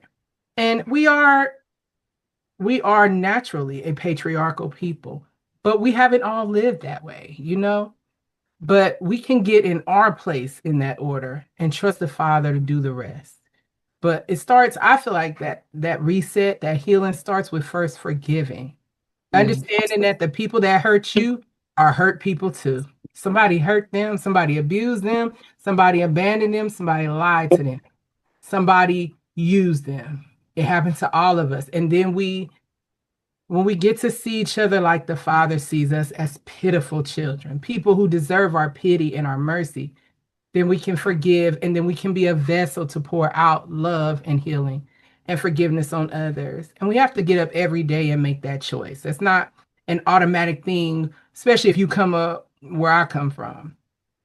Straight gangbang city from 3 years old. We were in the middle of a drive-by playing in my granny's front yard at 3 years old. And it was not no 10 shots, like 150 shots. And for some reason, we didn't get shot. So when you come up hearing bullets like that, very young, it puts something in you. My husband's from Mississippi. He can't handle the hood in me all the time. Like Raphaala said, my husband have to bring me back to the woman that I am today. not who society and indoctrination and pain and the ghetto made me. And I have to get up every day and make a choice to live that. So I just think if we can first forgive, then we can be a vessel to pour healing back into our people and change the generations to come. I must depart. I love you, ladies. And Thank you. I thank you for the invite. It's such an honor. Shalom, family. Thank Shalom. you. Shalom. Thank you. Shalom. You know, sis, this has been a really interesting conversation. And I think we covered a lot. I think we covered a lot. You Indeed. know, but I think we definitely, there's some healing to be done. This is true. And I do think that, you know, I would hope that everyone can find their village, their sisterhood, wherever they are, because it is very important, you know, because what we may lack in the relationships with our family, our mothers, or so forth, we should be able to reach out some outside of our home and get that, you know, because there's a lot of us out here, you know, and a lot of us need each other. So I think we definitely have to start looking out. We have to outsource some time, Absolutely. you know, for We that are. family I think bond. it's a lot of misunderstanding too. There's a lot of misunderstanding where everybody's coming from. Everybody has a story, and I think when we hear and listen more, a lot of people don't listen like the sister said. Forgiveness, yeah, that is definitely a repetitive doctrine. But it's not about forgiveness with everything. Everything is not a forgiveness. Everything is about some things. Most things are lessons. It was a lesson. What did I learn from this, or what did this person learn from that? It wasn't meant to be an emotional barrier situation throughout life and, oh, this happened to me and I don't know how I'm going to get over it. It's nothing like that. It's more like, like the things I brought it up as an example about mother-daughter relationship, and how do we, not necessarily it's just about healing. You can't take lifetime healing. We got things to do. So it's about, what do we learn from that? Like I said, those who have been in situations like that as a child who could not defend themselves, it's not about forgiveness, especially things that they hadn't even recalled. It's more about, what are we called to do? So, and when we go outside of our homes and look to, I don't chase people. I don't chase people. People will come to me because they see the light on me. Wherever I'm at, even at the workplace, I talk as I talk. I don't change my speech for nobody. I don't go, how some places say, oh, we can't talk about their hair, or we talk about everything else. I'm going to speak how I speak. So I do that because you never know, wherever you end up at is the main person you were supposed to be running into that day. So that's how you recruit. You recruit basically kind of like, it's like how Mashiach he did. He talked amongst thousands of people. He didn't care about all of them. He cared about whoever was worthy to hear. And it could have been just the one among 1,000. That's where it is. So it's not it's about, we just have to meet and greets, maybe. That's a great way to do it, meet and greets. And building the soul tribe, like I said, even with differences. People are not putting differences aside, because if that's the case, what is forgiveness if we don't put differences aside? And I'm not talking about necessarily just dealing with shenanigans and dealing with nonsense. I'm a no nonsense person. I don't like nonsense. So the Aries in me has that ox spirit, the spirit of the ox. But it's more like, well, this person may be a Jehovah's Witness. I know all kinds of people, and they hear me. They hear me, and that's all that matters to me. Because at least they can't say they've never been told. They can't say, "Oh, Delia didn't say it," or So I'm really looking at it as, what do we, how we go about it is just taking the next step and just reaching out accordingly. And don't judge the person, even when she's wearing a short skirt. Don't know her story, because Mary Magdalene, Mary Magdalene. So we don't judge somebody by a short skirt and think that they're a hoe, and somebody who's covered in a adorned from head to toe is not a hoe. No, this doesn't work like that. It doesn't work like that. We have to, and then you remember that little scenario I talked about, little Keisha being raped, molested by Uncle Johnny, and then Big Mama didn't do nothing about it. So there goes the other dynamic of how these things stem. So Indeed. The empowerment of, the empowerment. I'm not patriarchal. I'm matriarchal. I'm gonna just put that out there. I am matriarchal. I'm for the sisters first, and the Most High knows me. He gets it. He's handed me over to a place where I can reiterate my mind in other ways, so I can reach people in other ways, and I don't have no animosity against no other race because I've also been dealt with by my own people. So it ain't just one set of people who have did things to us, and we're just trying to blame everything on one set of people. It started with us. Indeed. Because they ain't been here that long. It started with us and it has to end with us. And that's when the reset will happen. When we unhand ourselves from all that, oh, we're victims of everything. We got to get out of that. That's one of the main things. And those women got to take that thing. The first ladies do all the time, but they just be on the back burner. Let the man, let him, okay, now you're going to say the speech now, okay? Going out there, and we sit back there like, okay, he said it right. So that's where we're at. We're behind the scenes, but we still running the show. So I get it twisted. It starts with us. You think maybe we need to do more checking on one another too? Not maybe letting so much time go by. And I don't always mean just a text message. I mean like an actual phone call. Let me hear your voice. Let me discern that you're really okay. Because you can't always tell through a text message, So yeah, maybe we can check on each other more, And I apologize. I know me. I'd be all over the place if I ain't working, and I'm just. But I will definitely. That's something that's very important. Even my mom. Me and my mom, we talk a lot. So she's like, I ain't messing with you today because we won't get off the phone for 4 hours. She talks just as much as I do. So that's another thing too. You know me, I will just and I'll say what I say. All right, let me go now because I know I can go in. I'm long winded, but it's just we do need to get more involved, and so we can get the better understanding. I know there's some sisters like, well, what made you leave, and where you're at now? But I'm like, I have a different calling. I have a different responsibility that doesn't require me to stay. I have to move along and do different things. And I don't want to hate people. I don't have time for all that hatred and all that stuff. It's not for me. It's not for me because, like I said, what I saw was amongst my own people. So that's why I was able to travel among certain states and end up at 3 different ministries and saw some things that had nothing to do with the white man. I know that's right. So and I talk to a lot of brothers and sisters still. I still, keep in touch. And then I have, I got some Christian friends, I got some Chinese friends who are Christians. It's so funny. It's so weird, because you hear different perspectives, and we got hidden women in the churches that are on levels that you wouldn't believe.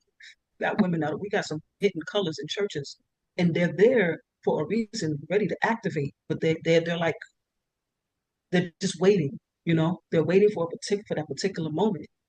And then you have some that are not in the churches and they're being judged, and we can use them. They're like elders in spirit, even a 5-year-old.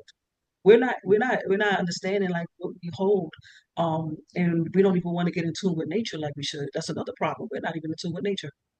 If we can't, if the mother is acting like that with her daughter, she ain't gonna be. She ain't gonna. What does she need with some land?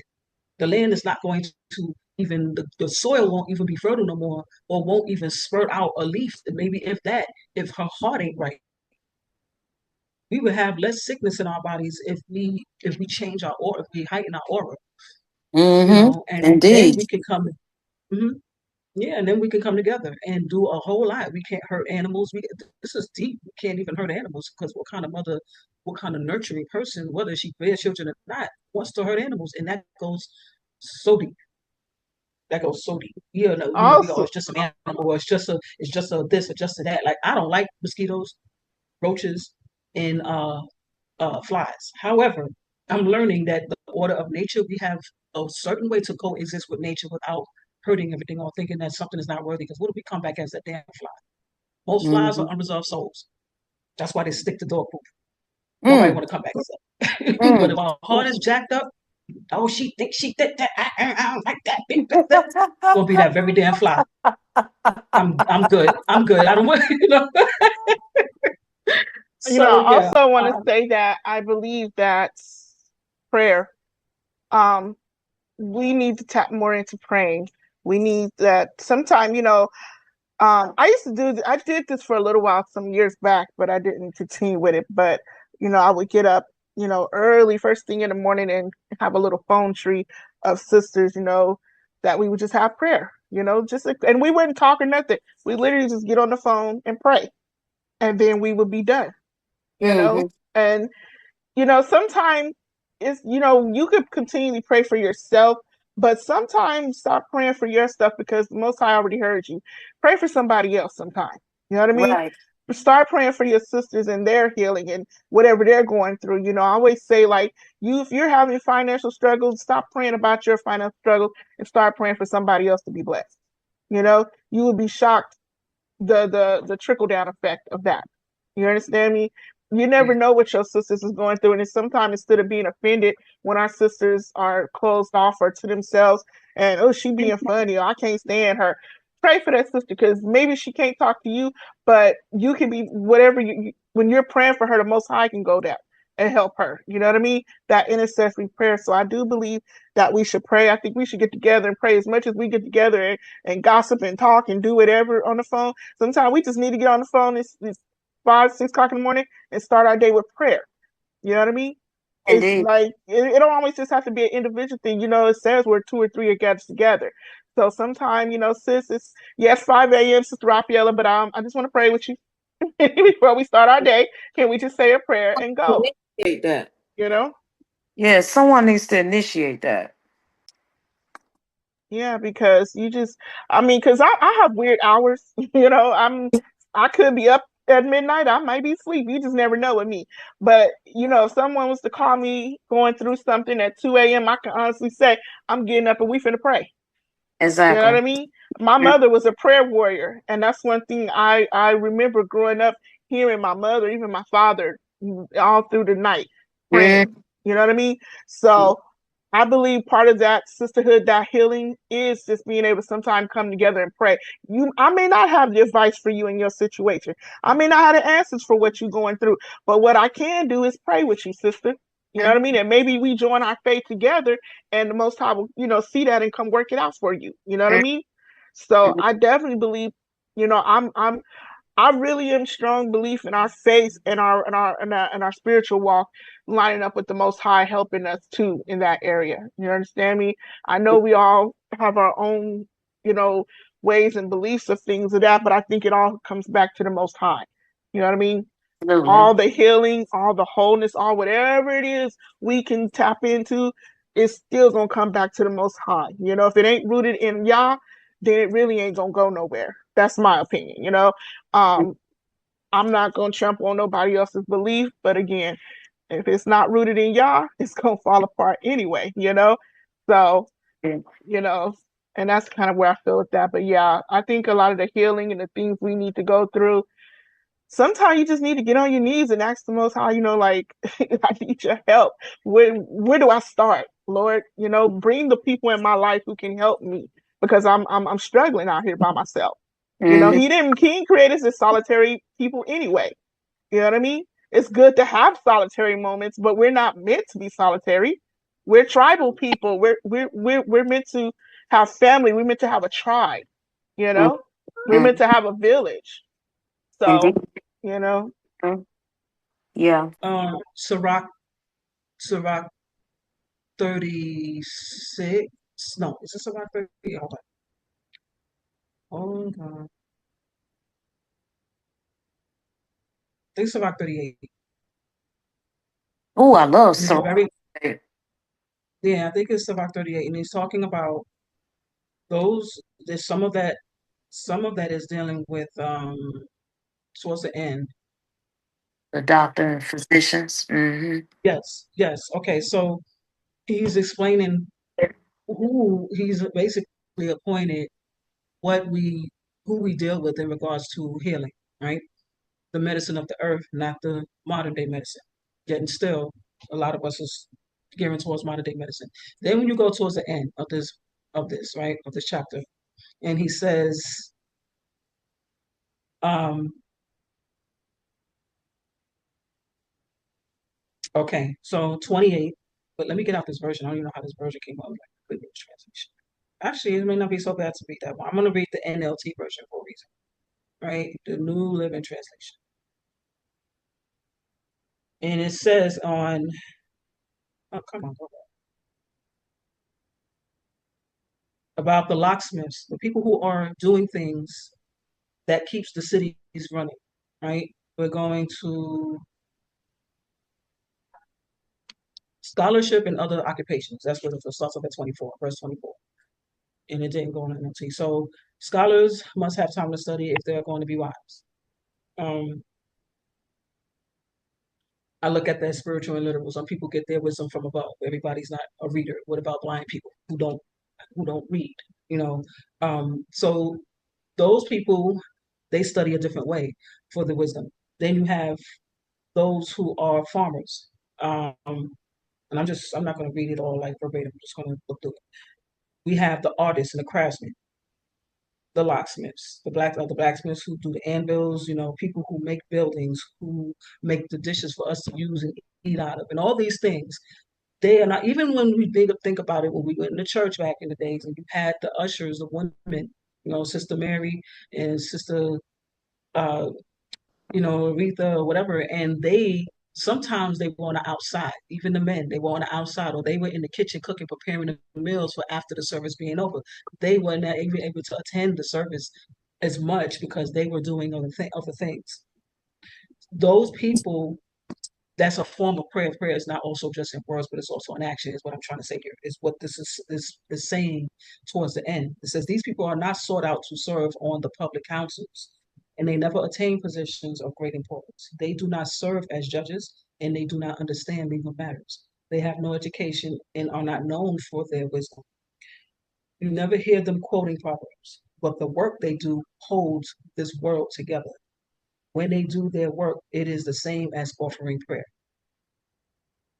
So what I'm saying is that yes, we also, as we pray, praying is also in an action, not just the words, especially when we're speaking this English language. You know, whereas it's important. Like I like, you know, Sister Raphaala at times when you do pray in Hebrew. It's very important. Hebrew, Latin, Slavic language, Swahili, and Arabic, right? So also it's also putting the works in actively. And I have a huge resume to be checked, that anybody can check it. People tell anybody on my end will tell you I'm always in it. I'm always in it. And I'm always looking to have the passion to do more. Let's do more. Let's grow. Let's grow. And it's the things that somebody may do that other people may not understand. So if you have some people who are putting together an organization to help because we know that there's about to be a bad war coming and there are some people who have powers that other people may feel like, oh, they shouldn't have stuff like that because that's evil. I'm not the one to turn that away because maybe I'm the one that's going to help. Maybe I was put in play by the Most High to help. Maybe other women and men were put in play by the Most High to help. We have spiritual warriors, we have literal warriors. And that's what I mean by we can't judge people because there's some people who didn't need to be in a placed in a particular setting where they're not able to move correctly according to their mission. That's the problem. There are people who have missions, even when we don't understand it. We may not understand it, but we first got to get to know and examine the matters. We have to examine all matters first before we can judge it. And everyone is not necessarily meant to be a judge. We're all not meant to be judges in that matter because we don't know the person. So the Christians, oh, ain't nobody gonna make it because they ain't serving Jesus. If you ain't serving Jesus, then you ain't gonna make it. You're going to hell automatically. And then, you know, here we are, it's like, oh, you ain't doing the step, you automatically just gonna burn in hell. You automatically destroy it. That's not true. You know, that's not true. Once we change that, a lot more of us can come together. That's why people are scared to come and approach. That's why people are scared. And we are actually destroying and stumbling people when we do that. And I had to learn by coming to a different, I have to stand on a different stairs or then, let me just look and observe. So I'm saying that because that's how I've been reaching people by listening first and seeing first where things is coming. I've seen so many women that's gone through things, or why they are who they are by listening and it helped me to see from a better perspective. Mhm. You know, so even the whole thing with females with the weaves, and it was this girl who was saying that her man doesn't want her wearing wigs and weaves, and I said, well, why you still doing it? She said, because I like it. I said, okay, but you still should understand why you're wearing them though. Are you wearing it because it's a trend, because everybody else is doing it? And then she started kind of like thinking about certain things. And when she took her weave off, she had like these beautiful corn braids in her hair. So somebody braided her hair, and they put weave in, and it was these beautiful designs. I said, do you know that that braid hairstyle you have, it was a mat back in Africa? Those were mats where slaves can escape, and even in this country, before this country became what it was, that's how the slaves were able to escape, when they wore their corn braids a certain way. And she was like, really? I said, yeah. And I said, why are you covering all your hair? I said, you can do that. You can wear it, but make sure you're doing it for a particular reason. So I explained to her about war. Women wore wigs and weaves and makeup because it was a war. Not Hmm. necessarily it got to a point where today it's still a war.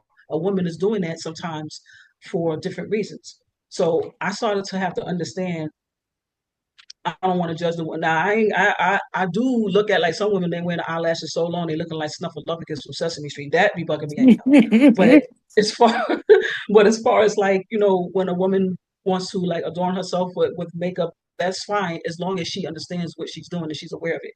Mhm. Um, we have to set more in place so the men could be more aligned with who we are. If we don't love ourselves, they won't love us any better. They will bare minimum us. If we bare minimum ourselves, they're going to bare minimum us Absolutely. too.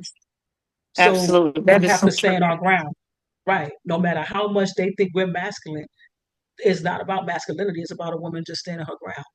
That's the secret So right if there. they feel like it's, yeah, if they feel like, oh, Yeah. you two, this, okay, well, go get one of them girls, go give her a Happy Meal and a blunt, and she be okay. You don't have to work hard for her.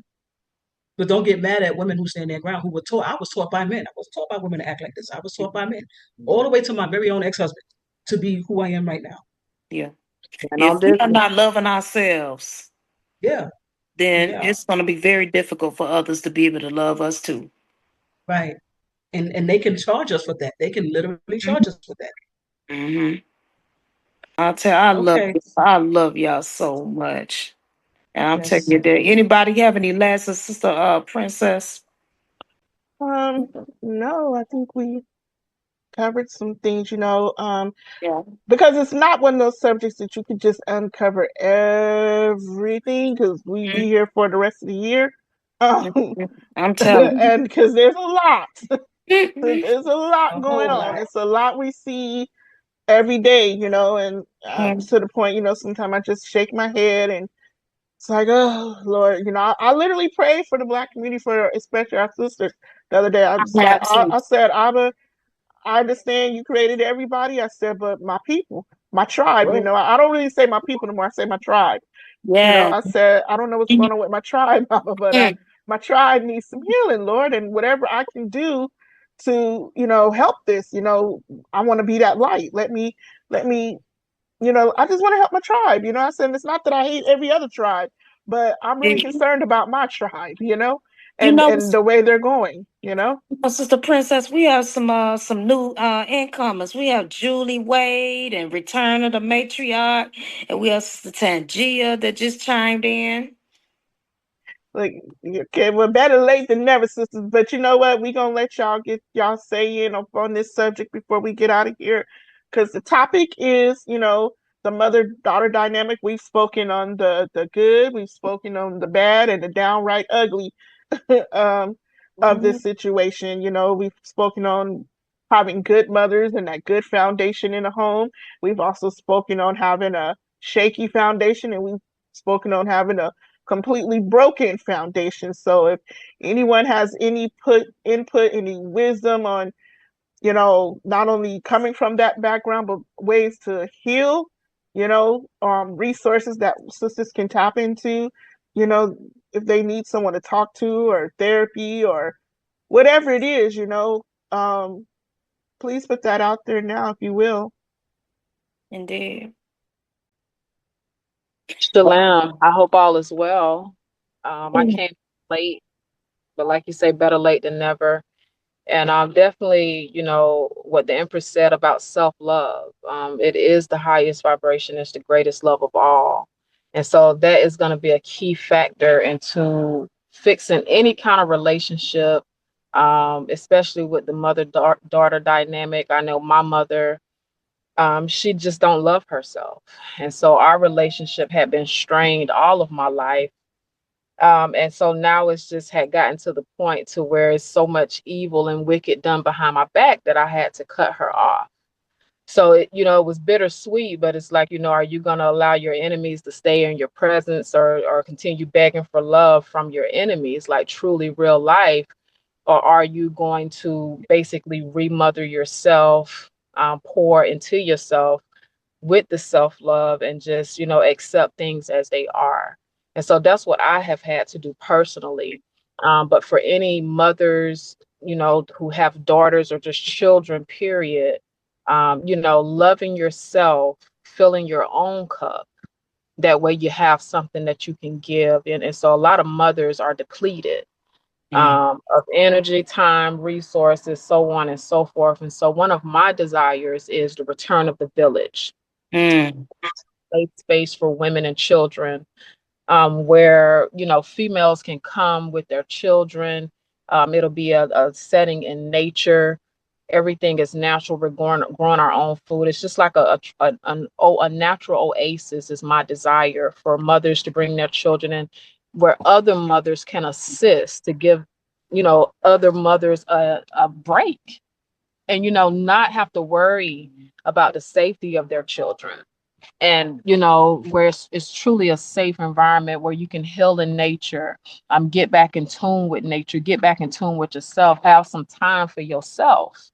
And I think that, when it comes to motherhood, I'm not a mother yet, but it's definitely a promise that has been made to me, and I'm holding God to that.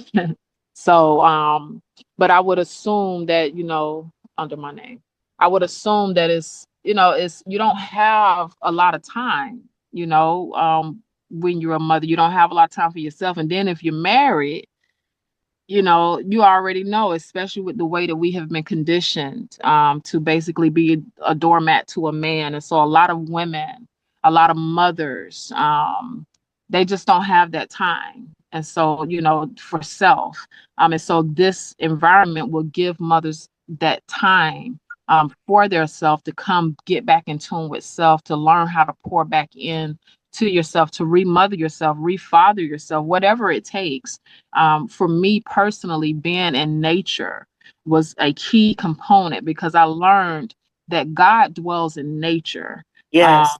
And even the scripture says, when Solomon built the temple of the Lord, God said to Solomon, this is a promise I made to your daddy, King David. You made it happen. I appreciate it, but I will dwell in the thick darkness.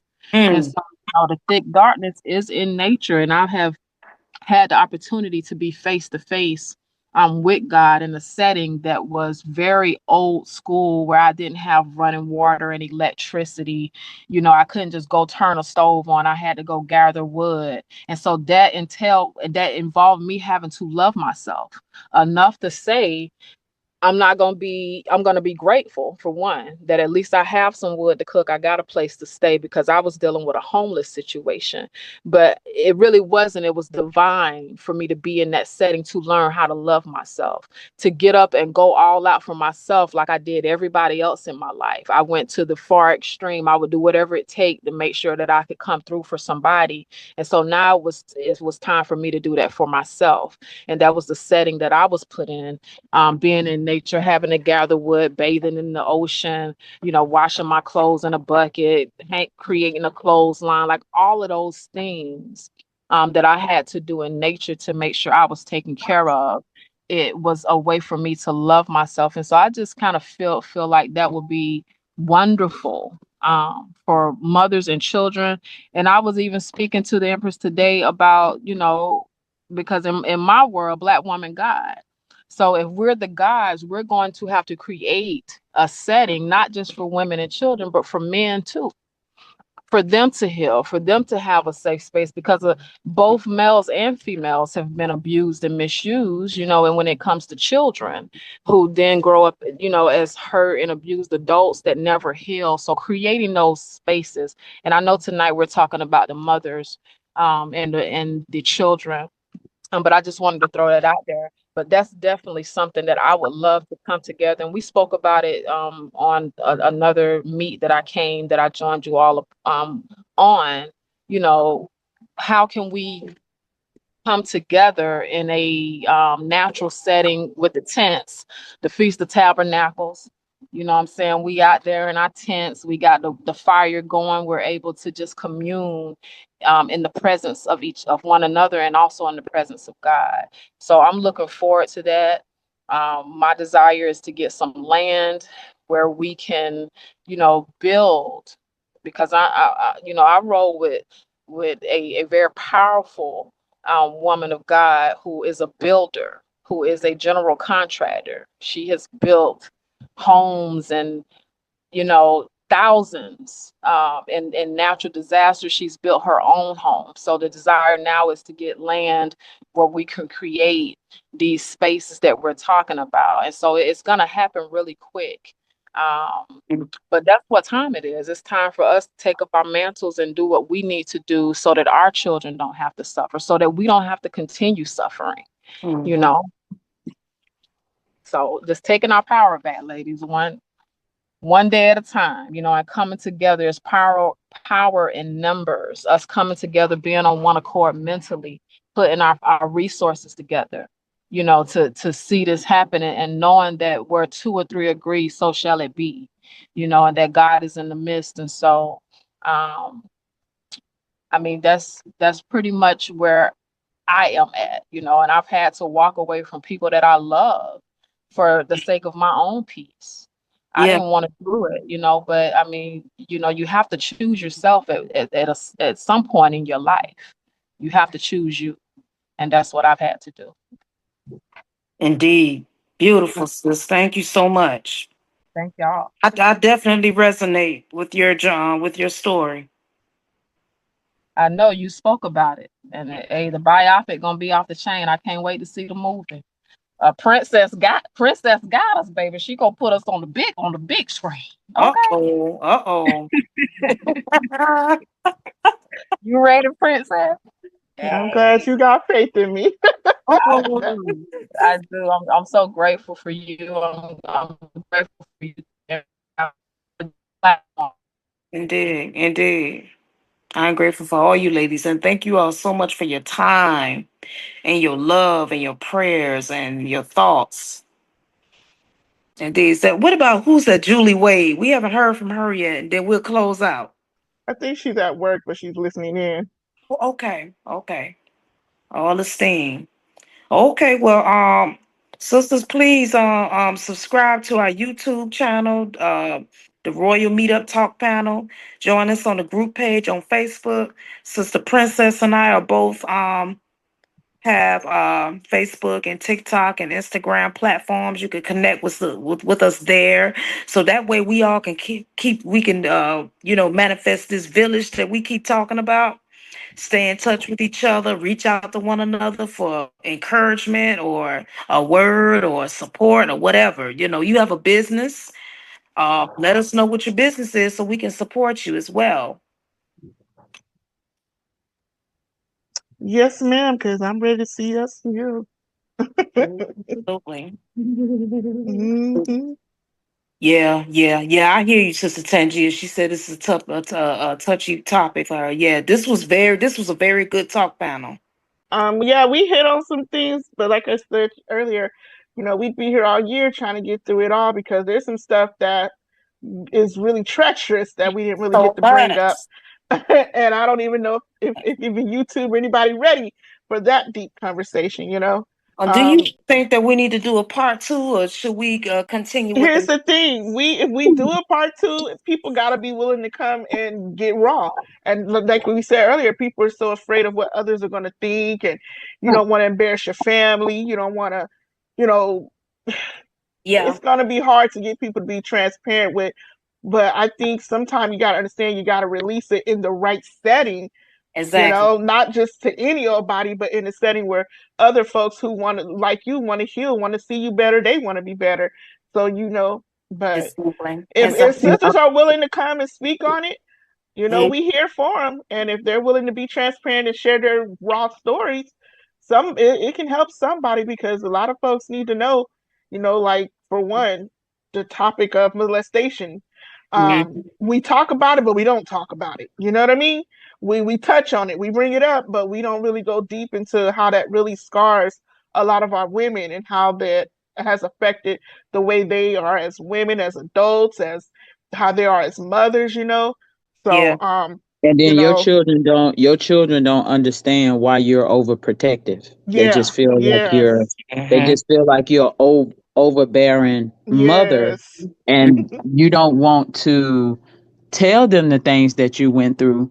But you know, it's it's the over protective, because you don't want nothing to happen to them that has happened to you, because the older you get, the more that those traumas show up in your life. Some ways a trigger, things that you have suppressed for so long starts to resurface when you get married, and then you start settling down, and you're not with the hustle and the bustle of the everyday life. So when you can start reflecting on what you have been through from childhood, and you're going through that healing process of healing, and then you know all hell breaks loose because of you've been trying to keep the family dynamics, the family secrets, and it's tearing you apart, but it also tears the relationship between you and your children apart as well, because people have had the chance to influence your children in a negative way, by saying negative things about their mother.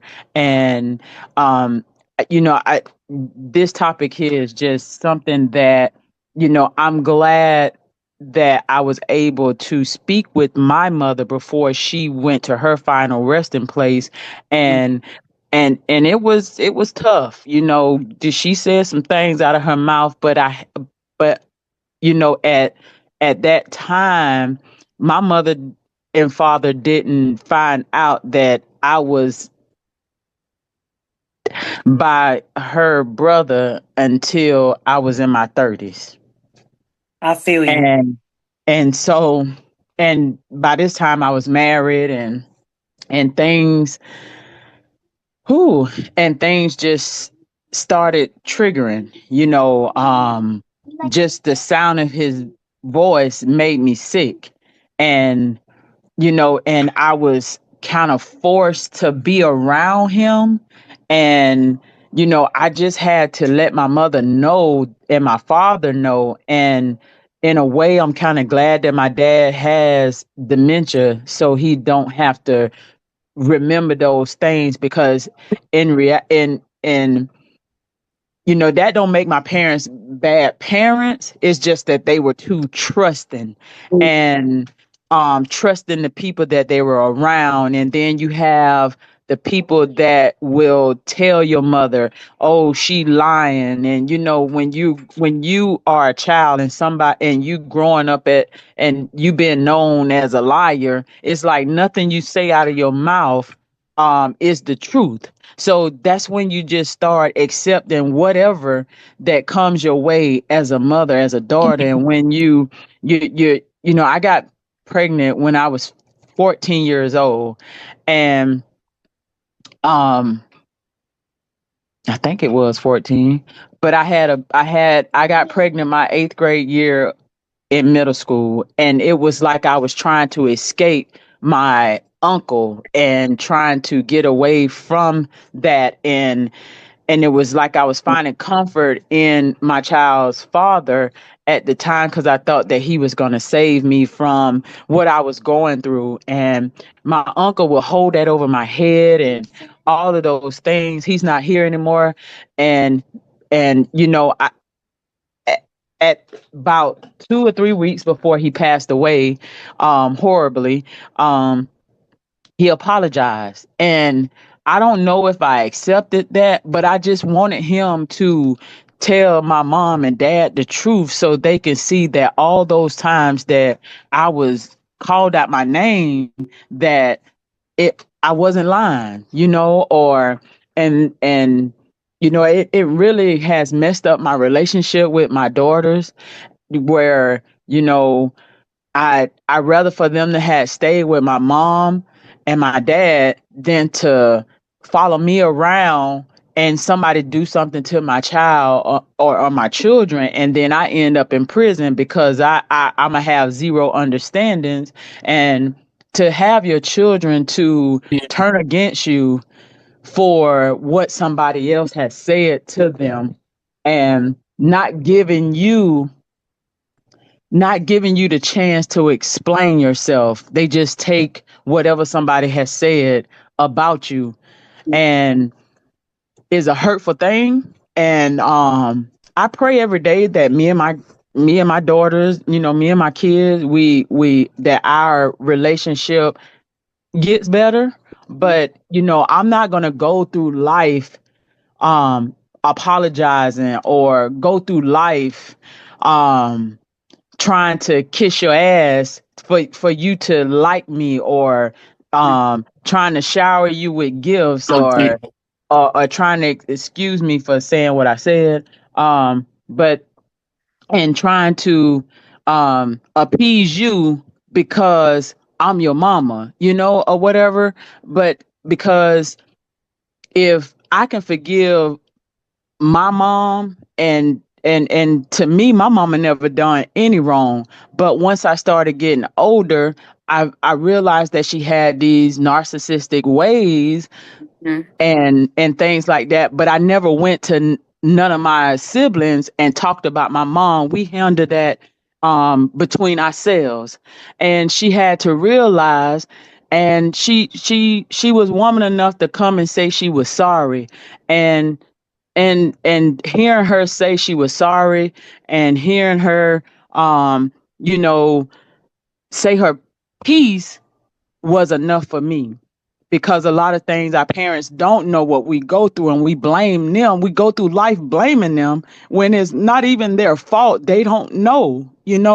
And society has turned us against our parents. So to um have turned us against our parents, to every little thing that our parents have done to us is necessary. Not that they don't love us. It could be that they do love us.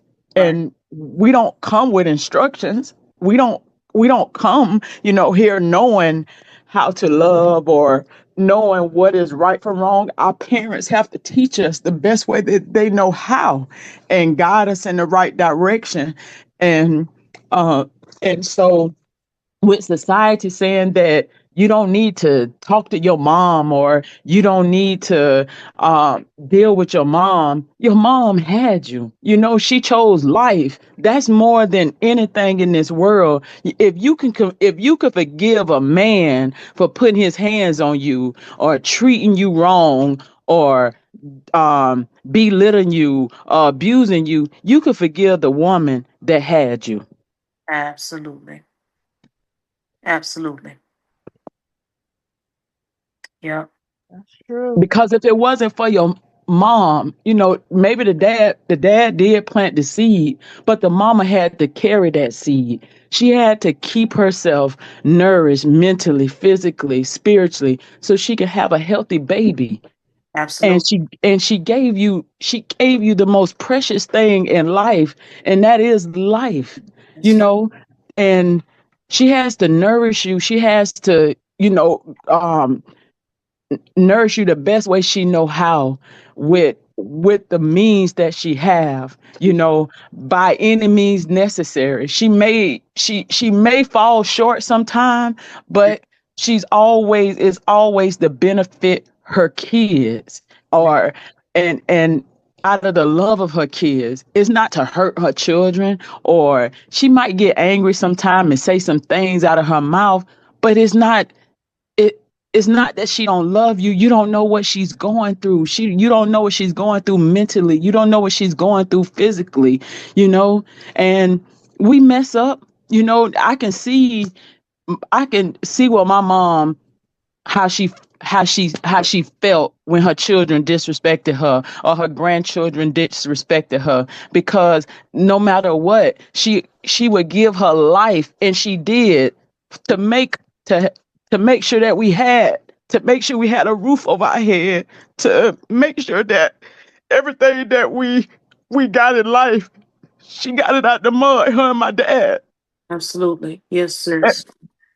and for children these days to feel like they are entitled Mm, because the world has put this entitlement in their head, like nothing that we do is good enough. And we got to walk on eggshells around our kids because we feel like if we say something, oh, they not gonna like us, or they gonna block you from their phones. Yeah, and just like I told my daughter, I said, y'all can block me all you wanna, but one thing about me, you can't block who I am. that's right. You could block me on a technology, but in life you can't block me, because when I'm gone, and you gonna miss me when I'm gone, because I doggone sure miss my mom. No matter what, Yeah. she gave me some terrible ass whoopings, but it made me the Mm, woman I am today. I It know. made me the strong person that I am today. I know that's right. I'm glad she had you, sis. I'm so sorry. This Uh, topic here, I You had to we know what contemplate to do. on coming on here because I I don't have. If my mom was here, she would fix. My mom fixed everything, Yeah. but now that she's not here, I feel like I don't have no one to fix it. But it's I do, and it's bringing my relationship with the Most High closer, Hmm.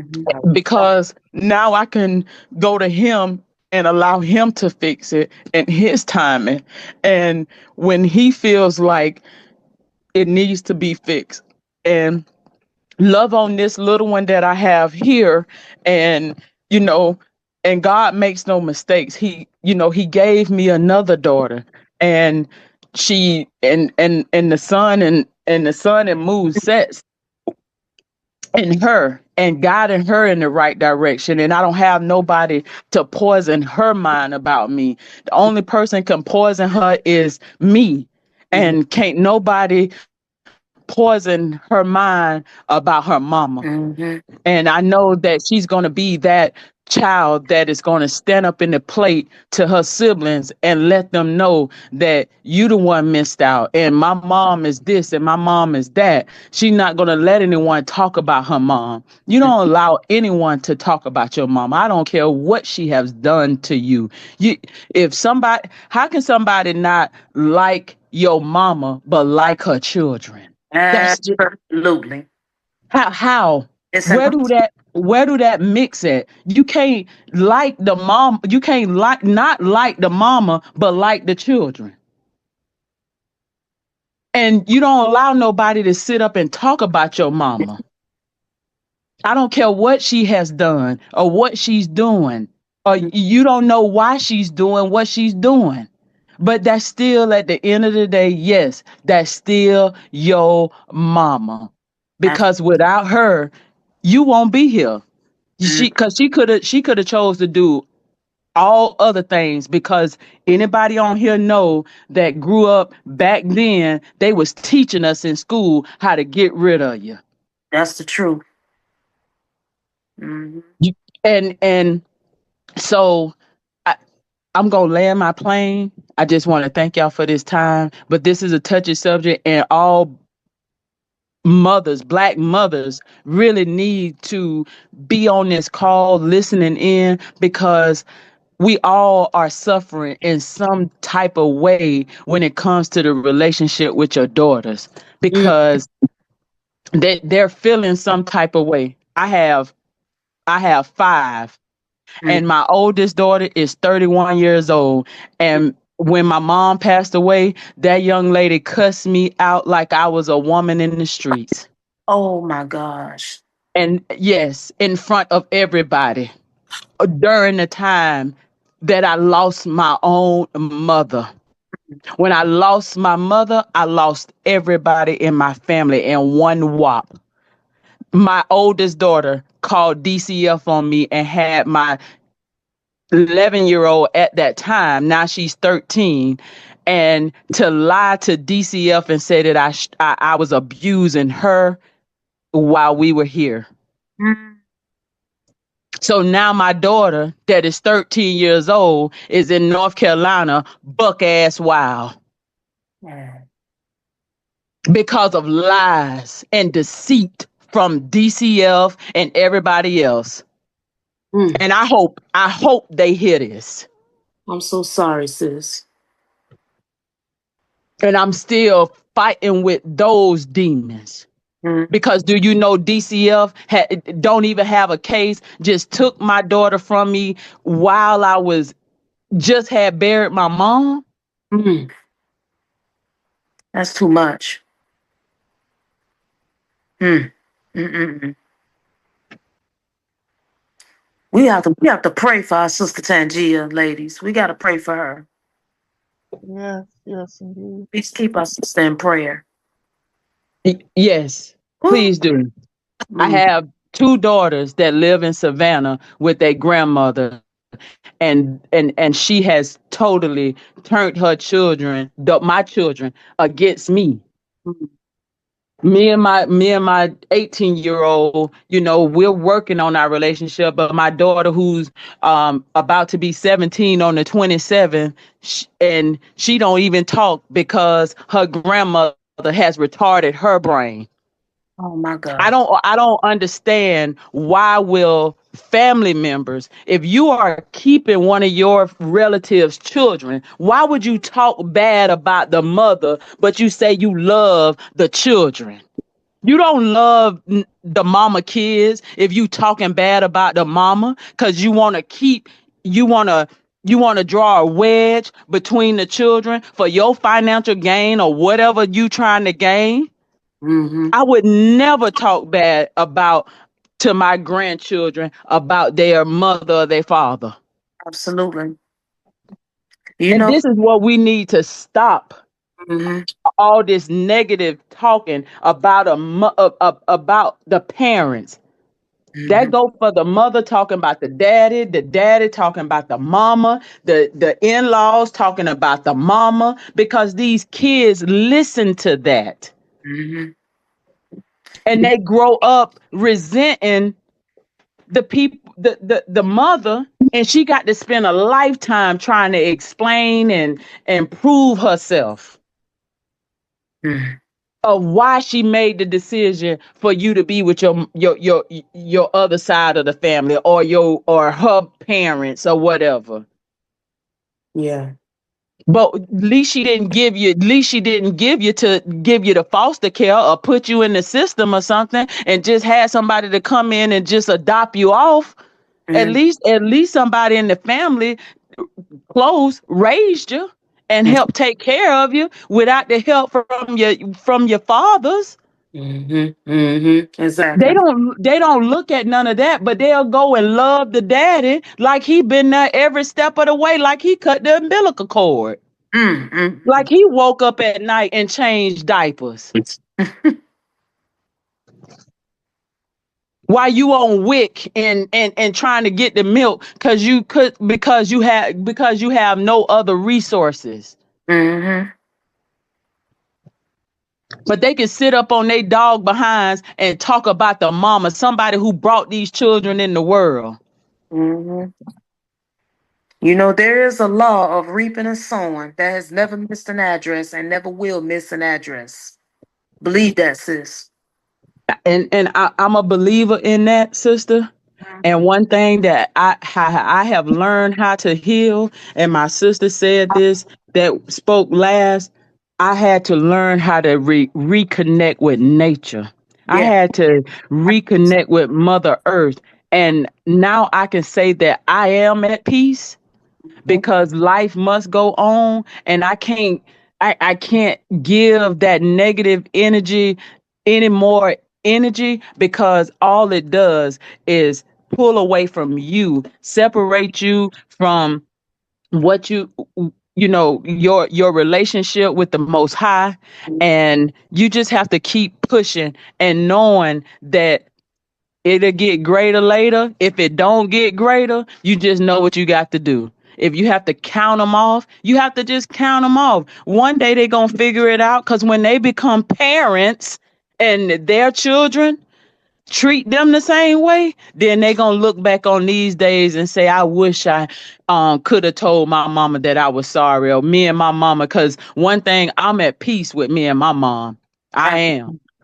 And so I don't know how it feels to be not at peace with your mom, but if you have a strained relationship with your mom, work that thing out, Yeah. and Forget work that thing out. Apologize. Let her know. If you have to write a letter, let her know how you feel, how it made you feel, you know, what you've been going through, and forgive her, indeed. and just let go and let God. Because if that lady go on to her final resting place and you haven't set things in place with her, that's something, a burden that you would have to carry for the rest of Absolutely. your life.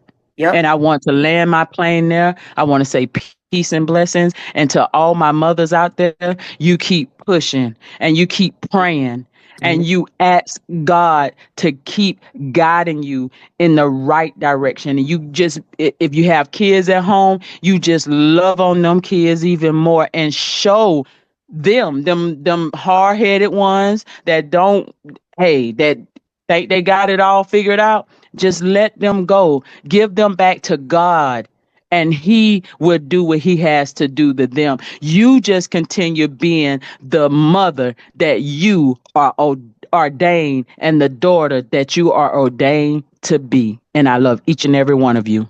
We love you, sister. Thank you. Yes. Love you, All praise sis. to the Most High. She said a mouthful, sisters. Yes. Hmm. We might as well just wrap it up right there. She just said all that could be said. Mm-hmm. But like she said, we have to forgive our moms and remember that they are two humans and they had to learn some things just like we had to learn some things. And no one is perfect. And they had to deal with their traumas and their triggers and their issues. And they was trying to be a mom to us. So we have to give them the same grace that we needed. And just forgive them and tell them we love them. Yes. Tomorrow's not promised to none of us.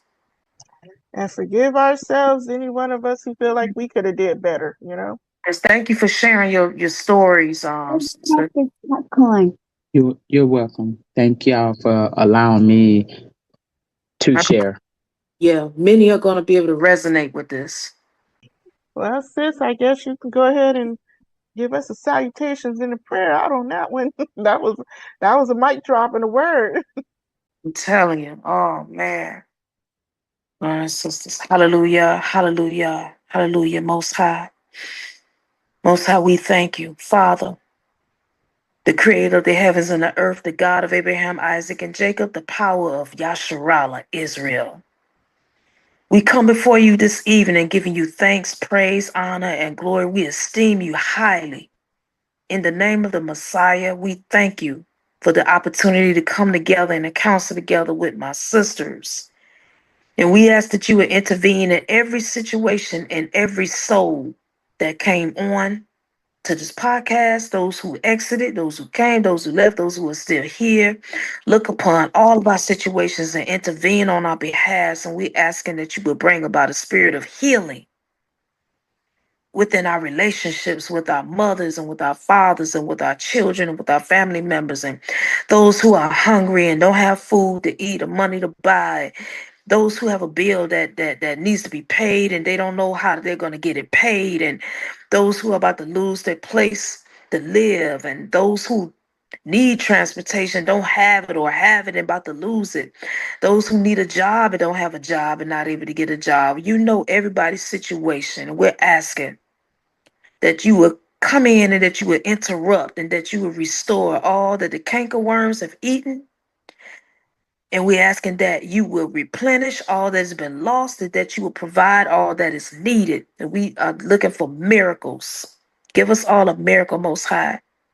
And most of all, give us our energetic spiritual healing that we are in need of, where we're broken and torn down and traumatized. Heal our inner childs. All those little girls within us, heal that little girl, Most High. Give us the tools to do so. And those who don't know how to heal themselves, show them how to do it. Help us and guide us and lead us to where we are to go to get the healing that we need and to get all that we need in spirit and in flesh. All power be unto you in the name of the Mahaya Bahasham Yeshaya. So be it. Hallelujah. So be it. Hallelujah. Hallelujah. Hallelujah. Yes. All right. Ladies.